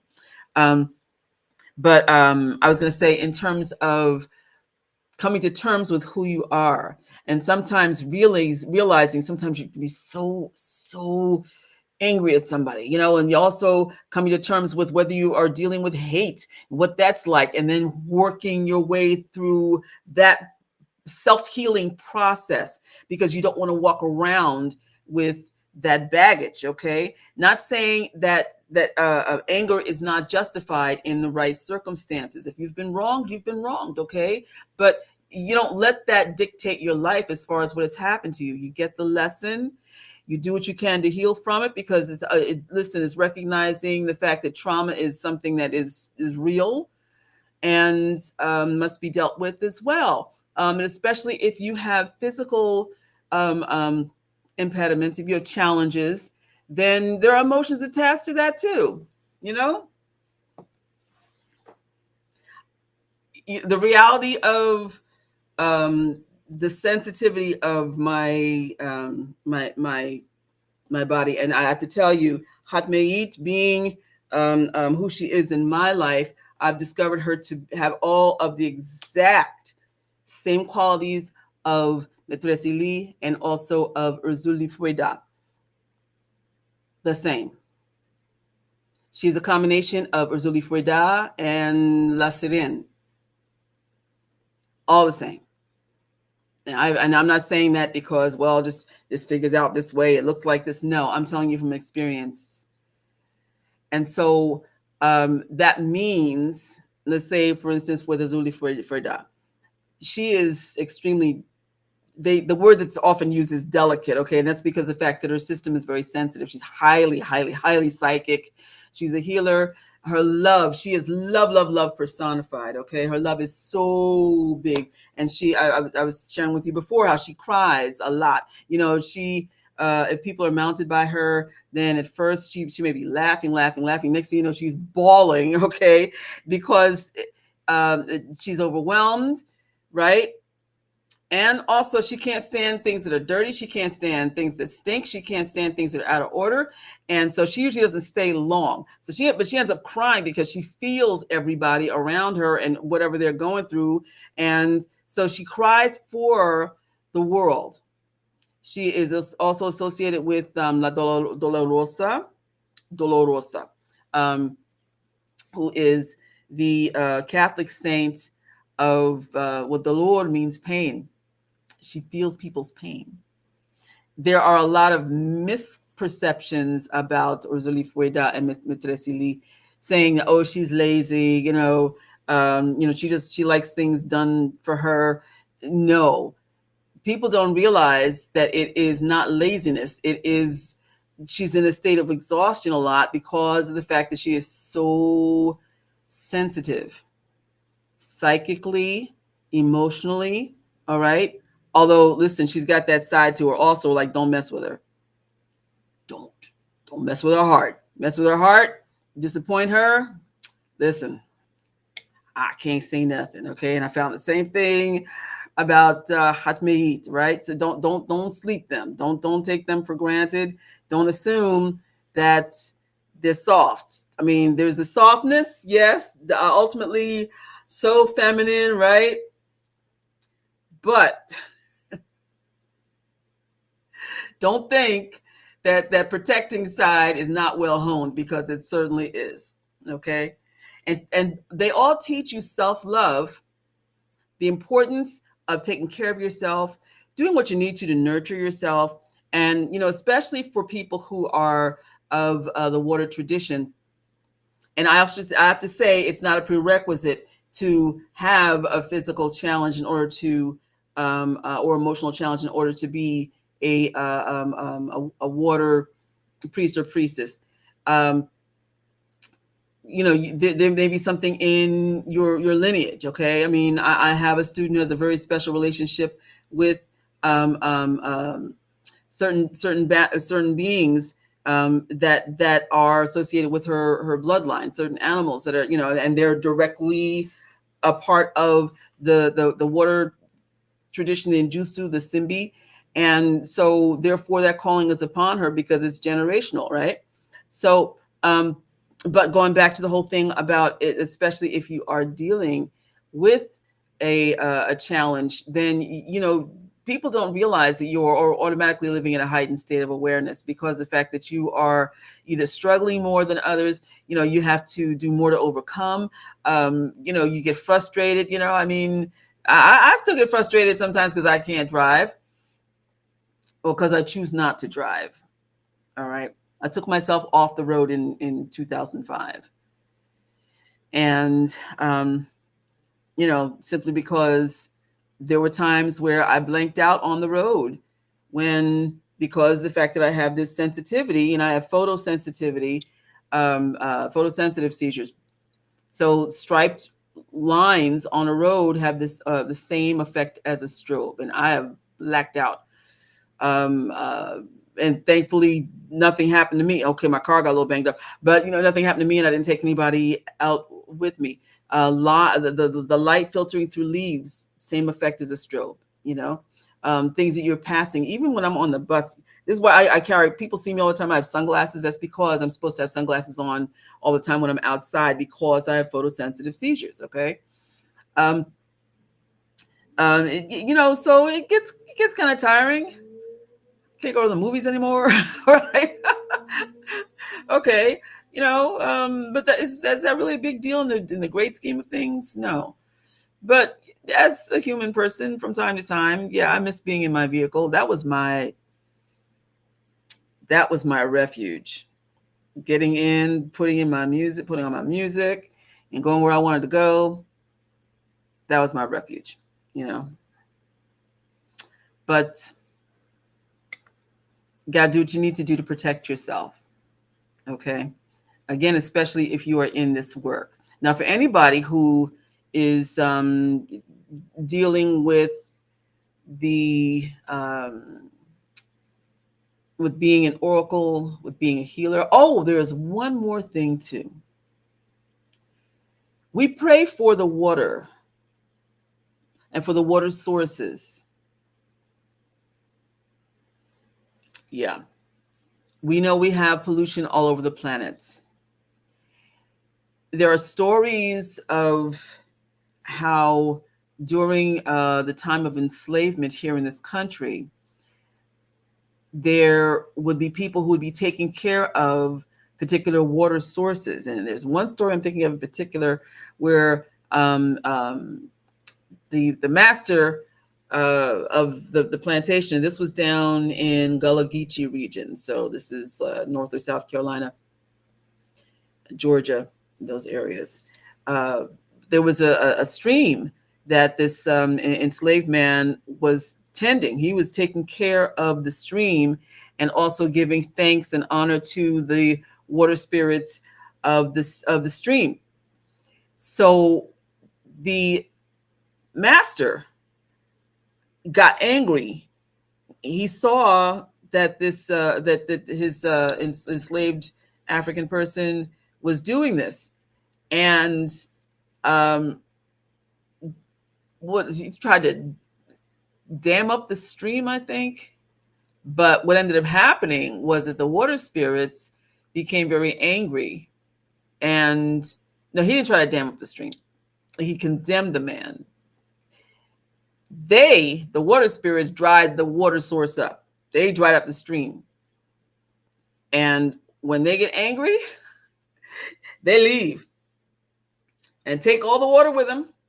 And they become huge storm clouds and sometimes turn into tornadoes. So, like when Marcus Garvey said, "Look for me in the whirlwind," he said, I'll return with my ancestors. And he says he's coming back, and they're coming back in big whirlwind, tornado clouds.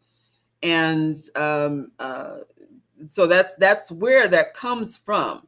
This is something that was believed throughout the diaspora. Okay. And it's not unusual if you tick off a person who is a nganga, who is a water healer or a water priest or priestess, where that person will just ghost you. They will leave. Whether it's relationships, friendships, jobs, situations, when we're offended, It's not always about resting because we're so overwhelmed. Sometimes it's just we just ticked off. And so deuces, And the idea then is that the energy of everything that's been manifested because of that person is taken with them. So when they leave a relationship, then all the good stuff that they manifested for the person or people around them ends up falling apart or just disappearing. Okay? You can't keep it. No. So are there any questions so far? Oh, here's the other Mama Zobi book. Mami Wata, Africa's Ancient Goddess Unveiled. This is volume 2.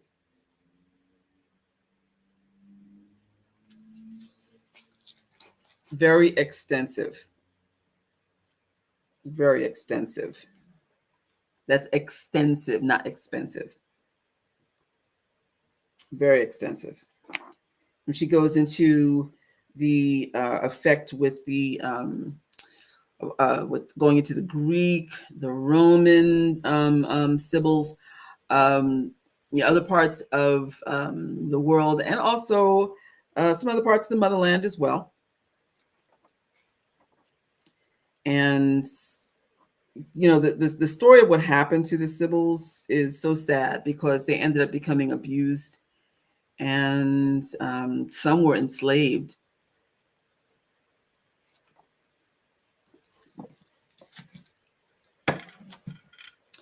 Any questions so far?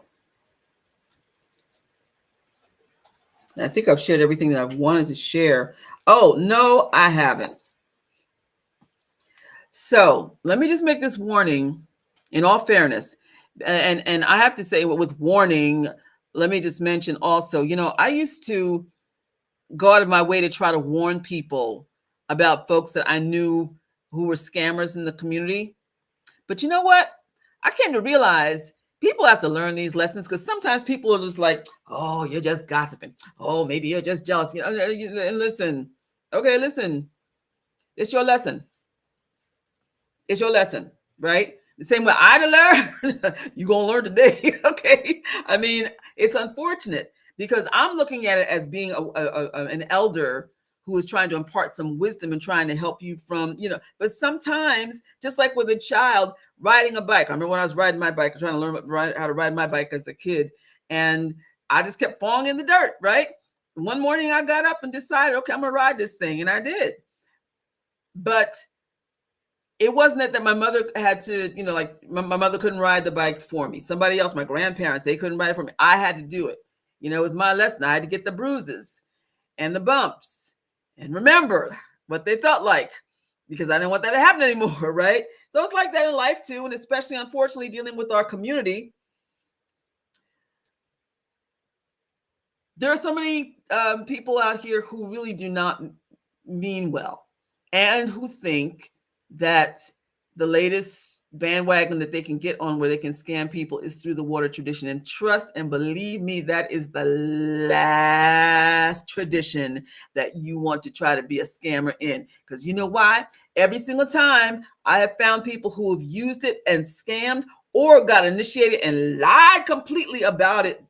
Don't get me started. And don't go to the water and try to get initiated and then think that whatever stuff that you should have dealt with, grimy, okay, low vibratory stuff that you were dealing with is not going to come right up to the surface because water is a mirror and the water spirits are no joke. You cannot play with them, and you cannot play with people who are truly committed to the path. Don't do it. Don't do it. Because that mirror reflects what your life is and also what it can be based on karma. Water is karma too. That's represented by, the water that's all of a sudden flows backwards like in an eddy, hey, return below. But you brought it on yourself. Don't ever be so cocky as to think that you can fool water guardians. Don't do it. And even for a lot of us who are in the tradition as healers and as ministers, there's a lot that we see. Oh, we see a lot. A lot. We don't tell everything that we see. That's not for, that's not for you to do, to tell everything that you see, because then people would be afraid to be around you anyway. But that's sagacity, that's wisdom, and that's absolutely necessary too, to have that discernment, because of the fact that you were born with a gift, or you are honing the gift that you were born with, or you have finally honed it already. Well, after some time, that means you own the responsibility for it too. But also, I'm saying this for folks to be aware. You may be thinking that you're getting over on somebody, right?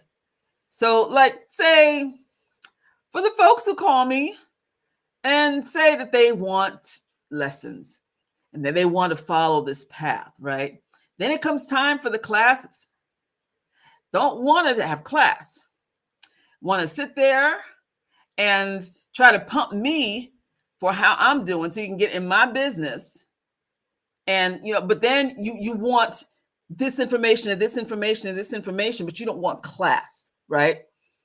And at some point I realized, oh, this is somebody associated with one of my former students who is coming over and trying to find out so they can continue with their con.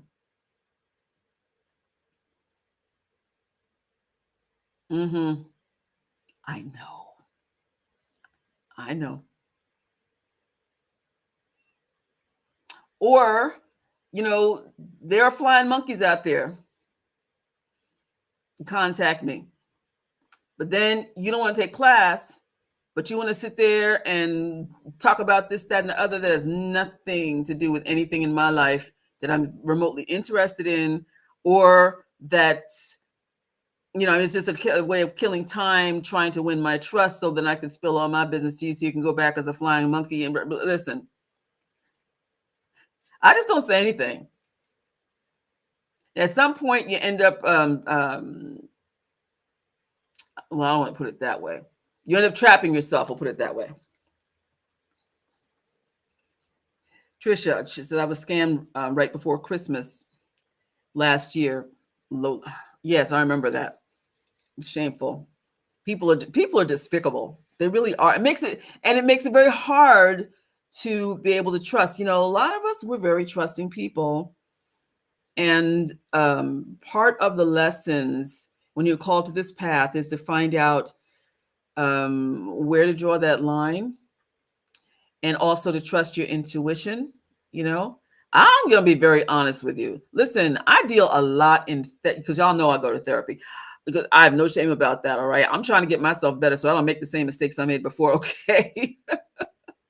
I had some serious trauma issues, and full disclosure, I was diagnosed with PTSD. Okay. Yeah. So I'm doing everything I can to heal. I'm a lot better than I was. And dealing with my triggers and all of this, and also getting to the point where people who did stuff to you, just like, I don't care about you. I don't care what happens to you. Okay.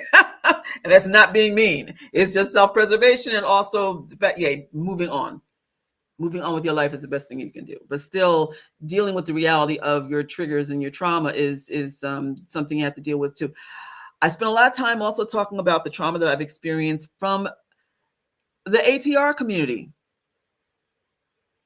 A lot of different religious communities. Okay. It's not just the ATRs, but there are so many things that I learned afterwards with people who were just so disingenuous. And so it has made me fearful of so many things. I've been working out with my therapist. Why am I afraid to put this out there? Why am I afraid? I was finally able to trace back exactly why, because there are people who have stalked me and who ended up becoming intimate parts of my life. And then my finding out later that it was, oh gosh, just dangerous people. And when you're out here, and if you are 1, dealing with any kind of a disability or challenge. 2, healing from trauma. 3, a healer. It's important to do everything you can to safeguard yourself, protect yourself so that you're not vulnerable, because we are. We're highly vulnerable and we get targeted because of our vulnerabilities.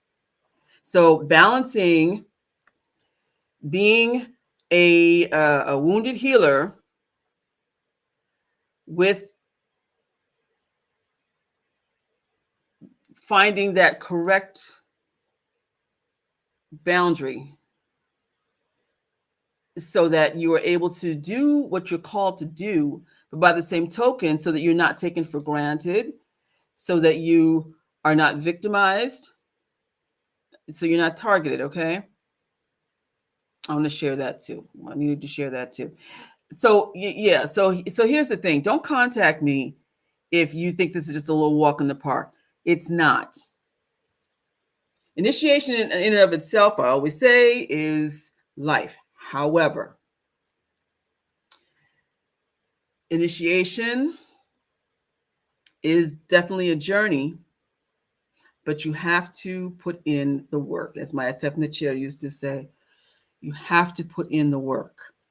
And if you are growing through initiation, and initiation should be helping you to discover who you are to a deeper degree, ultimately, okay, spiritually, mentally, emotionally, and even physically, in every way possible. It helps you to really take stock of who you are. Again, remember, Reki Mebi, I know myself, is one of the most well-known sayings. Well, people say, I know myself. Well, know thyself, where it's a declarative, where it is a commandment as opposed to a declarative statement. But the whole notion of knowing who you are, I know my heart, I know myself, takes work. It takes unveiling, okay? And we have to be patient for that and with that. You know, there was one initiation that I went through as a family obligation, but also because I knew it was part of my path. I didn't expect the initiation to be the way it was. Good Lord. It was rough. Oh my God. I'm really surprised I'm still here. I swear. Oh my God. It was, but there were a couple of things that were evidence of the fact that it was supposed to happen. One, I had a closer relationship with the Loa, okay? And it's something that's been in my bloodline. And I had a couple of miracles happen. One, I was losing my hearing in this ear. And then toward the end of the initiation cycle, all of a sudden my ear popped open and my hearing came back, okay? And the other thing I just realized the other day, you know, I have not had the really severe seizures that I used to have for it's like a year and a half now.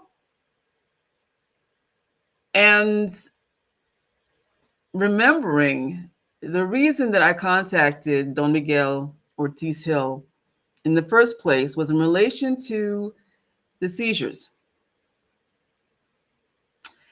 And he even told me, and also Baba Mandaza, it's because you're psychically sensitive. And that's something that once you get a handle on it, will no longer become a problem for you. And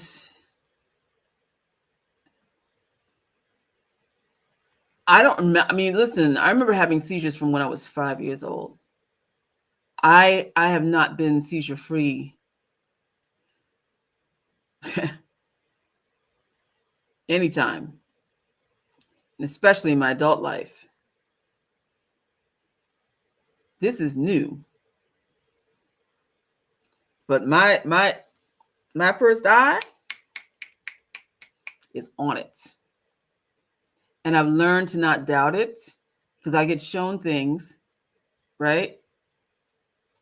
And yeah, there's even like places that I moved to. I saw this beforehand. The last place, the next to the last place I lived in, there are people that I'll meet. I'll see them in dreams, and then it turns out to be either a warning or it'll be someone who is supposed to be there, right? All these things are vital. But then, when you have other people who reach out to you because of the fact that they're going through stuff, then that oracular gift is there to be able to help them and guide them through whatever's going on in their lives. It should not just be, oh, call me up and, cash app me, and, we're just going to have a little fun time with Oracle. And it's not that. It is a consultation, and it is to be taken as seriously as when you go to a therapist or to any kind of a specialty consultant or a doctor visit, right? I do not claim to be a doctor. I am considered a doctor in our tradition. Let me just clarify that. Zunut, that's one of my titles. And so that's our title for doctor. But listen, I am never, ever going to claim that I am a physician, and even though I'm an ordained minister, because I'm an interfaith ordained minister too. Even though I'm an ordained minister, and in many states you are considered someone who can legally counsel someone, I know how to stay in my lane. Okay. So I'm not claiming that either, but I do know that my gifts are here for a reason. And I remember even when I started trying to just duck it. And if you're in a metaphysical church, that's not going to happen. And you're going to have elders around you who are going to encourage you, push you into your gifts. And of course, you can say, no, I tried. I really tried. But I'm very grateful because I'm very clear now in all the phases that I have gone through as a priestess, as a high priestess, as a queen mother, as a scholar, as a Sajeti, who is the scholar, who is the storyteller, who is the artist, who is the keeper of the cultural traditions, and who also is the mediator at times, who also has some level of involvement and concern about what's going on in public, service with government. Very, very well rounded in their talents and also in their abilities and their knowledge. So I'm a Sajeti as well. And this phase of my life right now, I'm working on that portion of being a Geru. Gerumae. And that is where the term guru comes from. I'm not trying to be a guru. I am trying to live a holy life.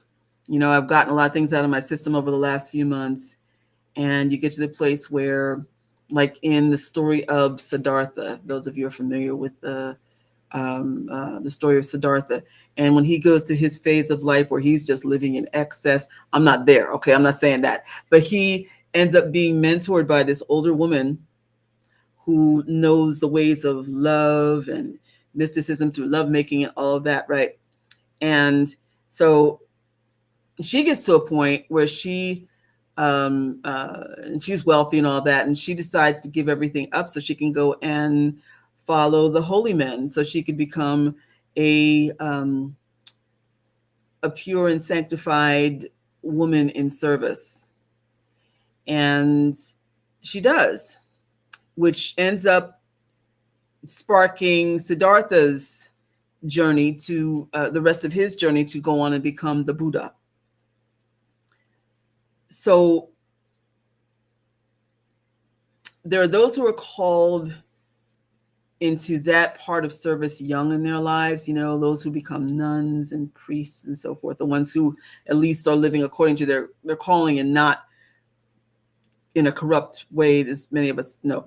But then there are those who continue to work their way up. You go through your experiences, you gain your wisdom, you make your mistakes, you have your pain, you trip, you fall, but then you get up and you climb, you walk, you run, swim, or float. But just like when you go to school and decide, okay, I'm going to go after this, and you feel very deeply in your heart this is what you're supposed to be. And then you may get out, you may work for a while, and then you realize, you know what? It's time for me to go and do this. And then even for folks who retire, like, wow, I did all this with my life, and now it's time for me to become this. You kind of turn inward. And then also you focus on leaving your legacy behind. The Kemetic water legacy is truly rich. It's not for the faint of heart. I've always said, anybody who's come into my temple, you can't be no punk, okay? Anybody who's associated with me, who I'm close with, they're folks who've been through some stuff, all right? And can tell you what they've been through. And, the very fact that they're still here says everything. But in the water tradition, you can't be no punk. And you have to be willing to be patient and put in the work.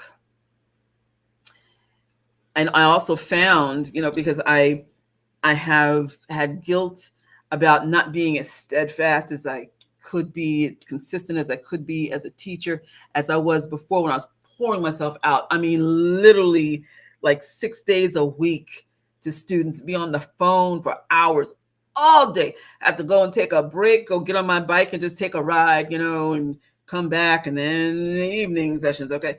I mean, just pouring myself out, and then getting so little in return, especially God.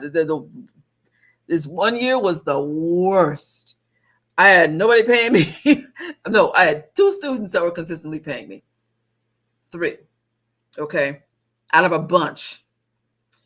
And it financially just completely ruined me. And, I've had that situation with people who just, right. Yeah, I'm still rebounding. Okay. But I remember I got so much insight just from that one particular year. And it also made me realize that I needed to make sure that I got students who were serious. And I thought also about the teachers that I had who had the most wisdom, because here I had these people that I was always there for, and who ended up being the most shallow group of students I had. My mentors, my spiritual mentors, were not always available. Okay. And it wasn't that they were ducking me. It's just, listen, one who was my mentor for 13 years, who I met in the metaphysical church, I put it out there. I prayed. I said, I need somebody to teach me. And I ended up going to, after finding the church, and then going to a church cookout, sitting in conversation, and, just casually mentioned, yeah, I was hoping I could find somebody who could teach me. And she just very casually said, I'll teach you. And was phenomenal. But she was, she worked with severely disabled adults whose parents could not take care of them or who had no family. And that truly is the work of a priestess. When she drove the campus bus, these were adults who were on their own campus facility. They they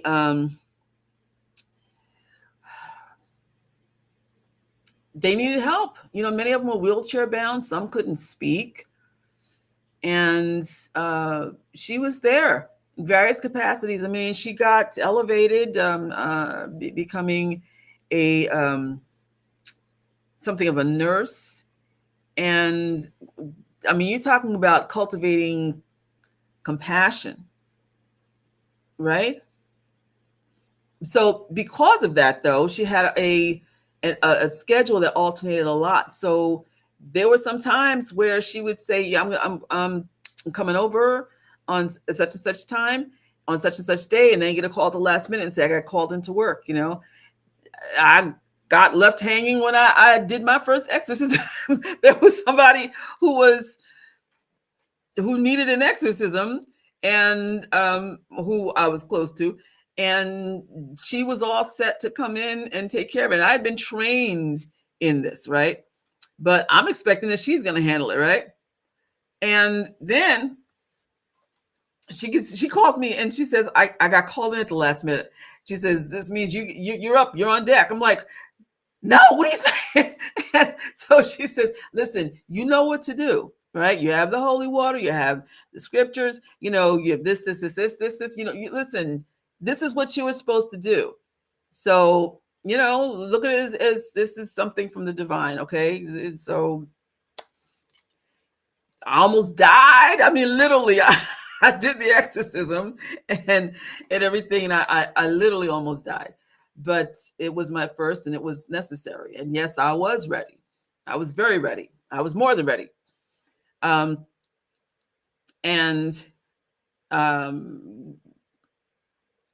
so, I mean, but I had to accept that there were times where I couldn't reach her. And but when we did connect, oh man, she was like a walking library, and it wasn't based on it wasn't based on anything she read. This is all based on stuff that she did, her personal knowledge, right?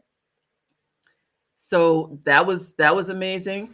A couple of other of my mentors who also continued to grow. That's the thing also. They didn't just stay where they were. They continued to submit themselves over and again, in order to continue to grow. They humbled themselves as students to continue on, learning in this is, so same thing with others that I've had. They humbled themselves. They were willing to submit themselves, but then sometimes they just weren't available, right? So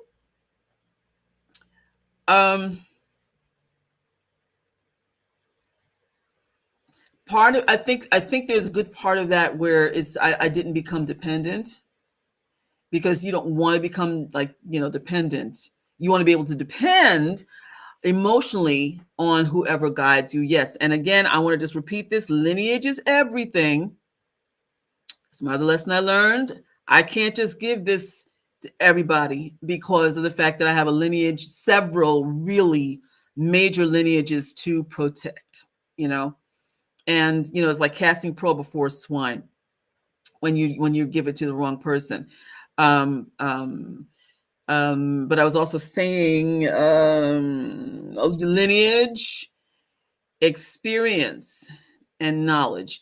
It's not about what you read in these books. They give you insight, yes, but what it's about is what you are willing to go through. Initiation and the spiritual journey is always about being tested so that you can become stronger. And sometimes you don't like it. Okay. Matthias, hey, how you doing? It's so good to see you. Wow, thank you. What's today? Today is tomorrow's Monday. See you tomorrow online. Yeah. Yeah, lineage is everything. If you have people who are out here saying, "Oh, I'll teach you," but then they haven't been initiated themselves, that's a problem that we had actually with the origins of the reclamation of a lot of our ATRs, where we had people who just were self-declared. Oh, and this is another thing. Listen, self-initiation ain't gonna work. in this path? No. Even if you're born with natural gifts, right? Even if you have a lineage that you come from, you still need to have somebody to guide you. Okay? Don't ever think that you are all that and that you have all of it. Well, listen, I'm not saying don't like yourself or love yourself, but what I am saying is don't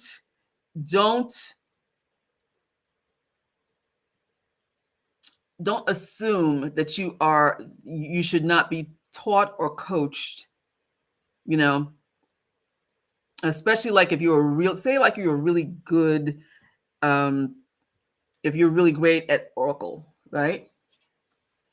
Very gifted with that. But then it gets to the point where you just figure you don't need any kind of advice from anybody. Most ones like that are the ones who don't have a lineage or are too arrogant to submit to becoming part of a lineage. Your lineage legitimizes you. People just talk about, oh, I'm gifted. Again, I'm not poo-pooing that, but I'm just saying these are not folks that,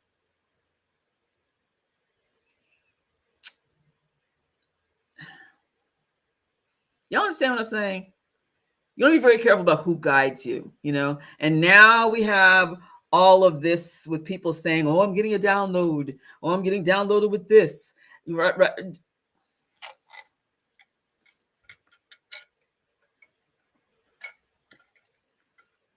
If you're more concerned with downloads and you're kind of lost in this whole, this place, it's in your own mind of your own making, then that's not putting in the work. And the other thing is, the reality is too, that there are a lot of people who are mentally unstable, who are drawn, unfortunately, to different elements of spirituality and mysticism, who cause a lot of damage in the community, and it's very sad.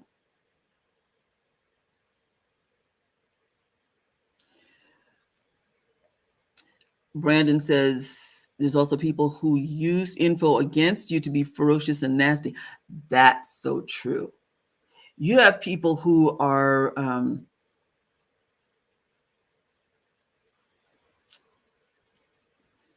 gifted and who may either encourage you to spill your guts or who will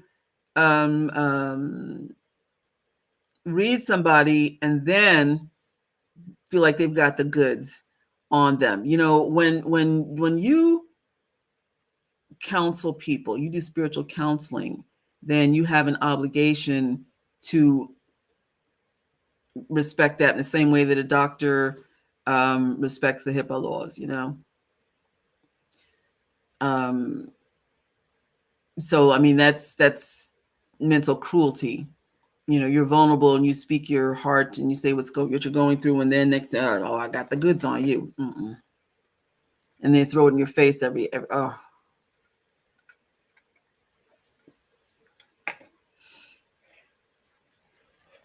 Oh, you speaking from personal experience. I'm sorry you went through that. Why are you vibing?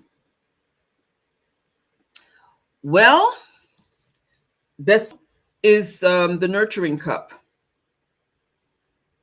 So, I mean, like we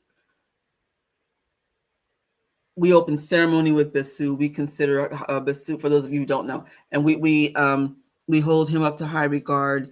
And historically, there were Besu jars that actually look a lot like the Eshu Elegba that you see when you go to the Botanicas, or for those of you who are in the Orisha traditions. Besu, the Besu jar, that's ancient. And children would be given milk from the Besu jar, which had his image. And it was for healing and nurturing. So because he's great healer and nurturer. So maybe that's why you're vibing with Besu. Do you have a sistrum? Because believe it or not, there's a lot of healing that comes from the healing sistrum.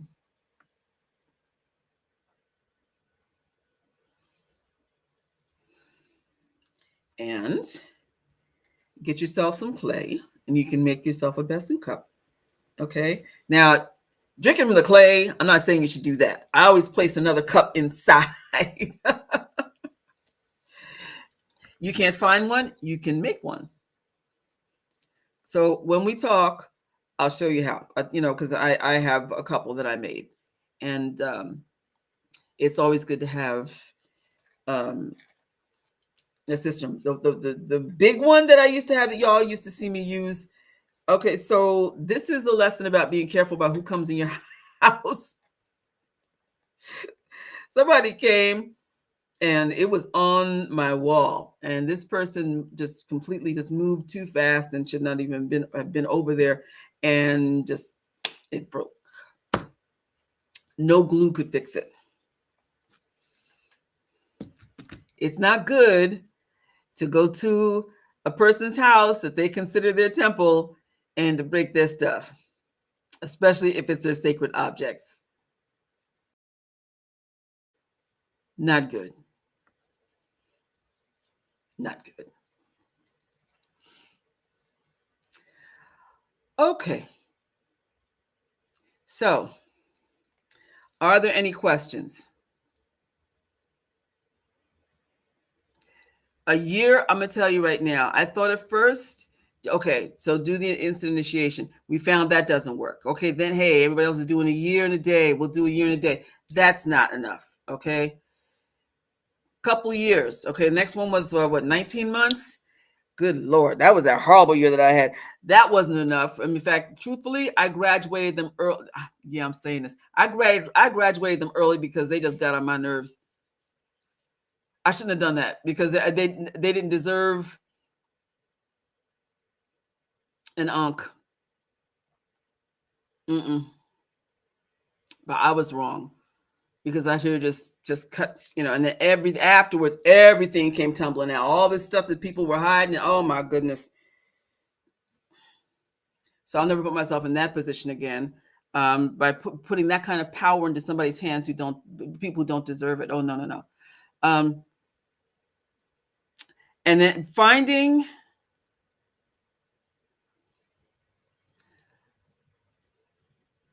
the process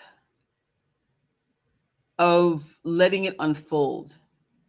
I have some students who have been patient, blessings on these two students who have been waiting for me to, because they saw my life fall apart. They've seen me get it pulled back together. Okay. And basically it's like, Queen Mother, when you're ready. And I'm going to tell you something. The best thing is that at this place where everything has come together, everything, these two are going to get the best ceremony, because right now, actually, they are getting the best of me because they have seen the worst of me. And I have had to go through these different hurdles, but I'm so grateful that I have a better sense. No, not sense, not just sense, a better understanding of just how initiation into this should roll out, and that it is something that is, I was going to say new, but it's not. Because let me just tell you another thing. In finding all of the similarities, just like with the one initiation that I went through. And I have to tell you also, I had somebody who read me when I was, a couple of years ago, I was in a really vulnerable spot. And I'm like, I feel like I'm supposed to be doing something else, and he knew my whole thing with the Kemetic piece and all this other stuff. But I said, but I feel like I'm supposed to be just doing something else. And I said, I'm not sure if it's the Yoruba path, or if it's, something else. And I'm thinking, is it with the Loa, and This dude, he was just like, oh no, your life is all off path. You're supposed to be here and you're way over here, So yeah, drop the Kemetic thing completely. Yeah, you're supposed to be following the Shay, okay? And right away, so listen, to get yourself together, you need, and that's going to cost you $3,000. And then you need to get such and such, and then you need to go through and that's going to cost blah, blah, blah. And like,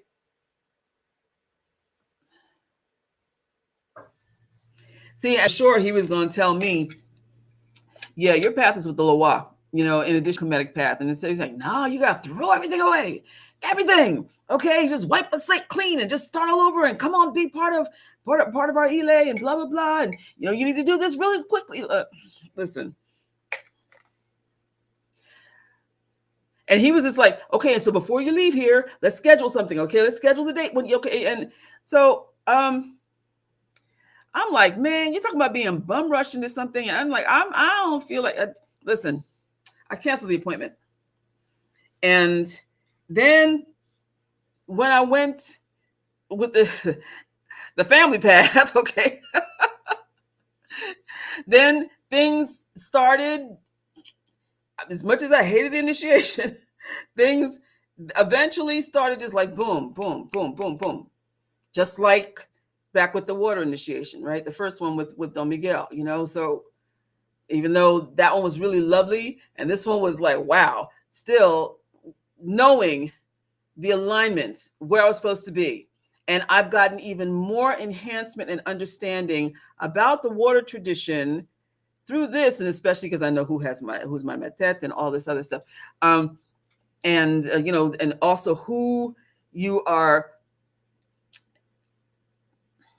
I want to say given, but it's who is opened up within you, who is brought to you, and who is opened up within you when you go through this process. And and my Mambo did not know that I was initiated as a nganga until afterwards, right? And I was explaining, well, Simbi and njuzu, I was initiated in that back in 2006, and so this is hand in glove, right? And so that means that I'm able to, with the greatest understanding, even more so of the energies, because remember, understanding these energies, that's a formulaic thing, right? It's a relationship that you build, yes. But also, as you build the relationships, then you understand how they work and how they work together, how this one doesn't work, these don't work together, or how this is like this is like this is like this, and then finding the words and also going through it and saying, yeah, we do that. Yeah, in Kemetic, we do that, and also because with all the Kemetic literature, this is one of the ATRs that has left a track record that is a legible one, right? In the Isheshe tradition, they have the Odu, Ifa, so they have written stories and sacred writings, but so do we. And the similarities that are there, just like we talked about Besu and Eshu, right? HatMehit, Yemoja. When you go through these, when you live through these, and I also have to tell you that with the lineage that I am part of, that actually there are some of the Orishas that I dealt with before who are also part of this. There are some parts of different practices in what is also known as Guinea, which is, like I was saying in the beginning, the place of the ancestors under the waters. This is one of the names associated with the Vodun practice. That, oh Lord, where was I going with that? Oh, yes. So, yeah, there are different facets of it, and to see the correlations, and again, names, words that are in the Kemetic language that are directly associated with, with that. So our history and our cultures are in many ways, right?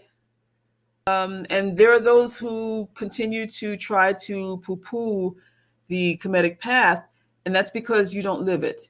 It's because you don't immerse yourself in it. That's because you're really not understanding it. And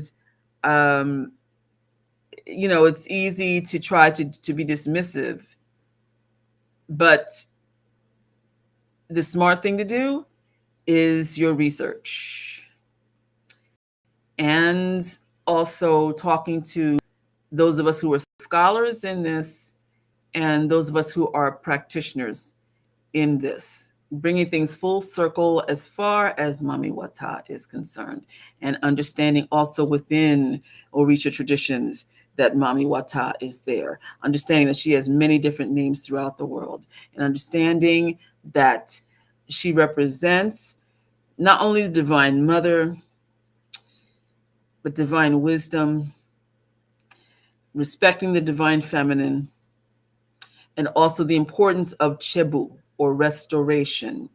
We have so many women who are on the planet right now who have a sacred calling in this. And also, brothers, that means you're called to be a sacred elemental keeper. That means you're called to be a healer. That means that you're called to be a peacemaker, and understanding the whole process of what that means. Because to be a peacemaker, that means you also have to have an understanding of war, because it's an energy, right? And so on and so on and so on. So I hope that this has satisfied you all in terms of understanding the Kemetic origins of the Mami Wata tradition, and people who can really speak to it because they are living it, and because of their initiation experiences, and also their lineages, and that they are not some McPriests and priestesses, or people who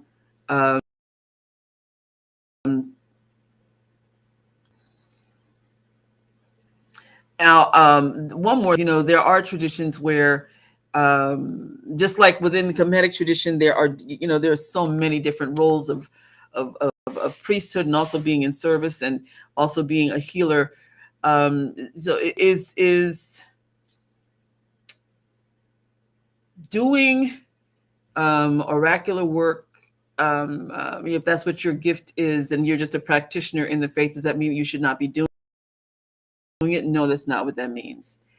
But with a spiritual culture, and really wanting to have a deeper understanding of it, as opposed to it just being part of your religious practice. Just like, you have people who maybe get baptized in the church, and they're Christian and so forth, but that doesn't mean that they're set out to become a minister. They're just learning how to become better Christians. Okay, so it's the same ATRs. Maybe it's a thing where you are to immerse yourself more in the practice, but then you also have a gift, right? Just like with the in the church, you have somebody who has a beautiful voice. They join the choir. Next thing you know, they become a soloist. Next thing you know, they may advance to the choir director, right?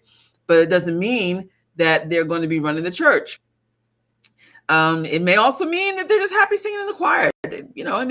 We all are called to different things.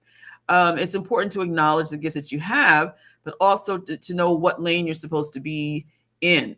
I always say people who walk, it's not like people walk into a church and then walk right up to the front of the front altar and then stand there and announce, okay, I will be your new minister, and it will be in about 6 weeks.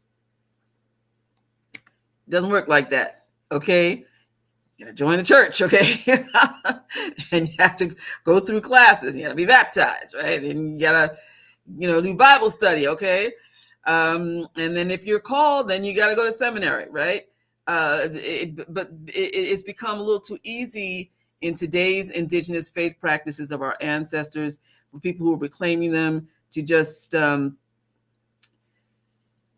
self-initiate or just put a phony shingle out there. No, actually the shingle is more real than they are, but put a shingle out there and then try to create an image for themselves, put on the, I call it ATR cosplay, right? But that's across the board for people who are doing any kind of ancestral faith reclamation, which the world unfortunately calls pagan, based on their understanding, which is limited because pagan actually means the people who live in the country dwellers, who actually were very close to the earth. Okay. Okay. All right. So I guess that's it for tonight. We've had a nice long session here. And last time, any questions? Any more questions?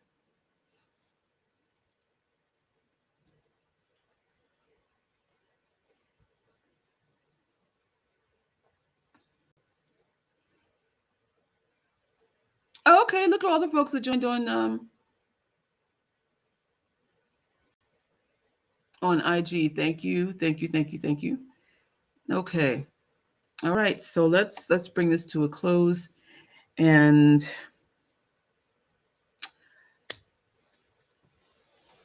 I'm going to use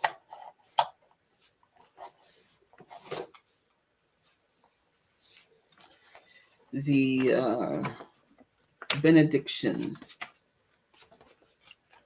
which came from ancient Kemet. Many of you are familiar with it, from church. Ikunecher imdiu with sen eriet mebu desert erda shemek dewutsen. May it should be between you and harm in all infertile or absent or empty spaces where you must walk. That's an ancient Kemetic proverb. And that's where may the Lord watch between me and thee while we're absent one from the other. Amen comes from. Maria, much love. Heri, be at peace. Teni, be accountable. We, be merciful and compassionate. And the last thing I want to say to you is Menu Nechem, or Men Nechem, which is something my father used to say to me in English all the time, which means stay sweet. Keep your heart sweet, keep your heart light, and tap into and hang on to the goodness that is inside of you. We are all containing the potential to change, to heal, to grow, to rise above our circumstances, and to be the best versions of ourselves we can be. Men Nichem.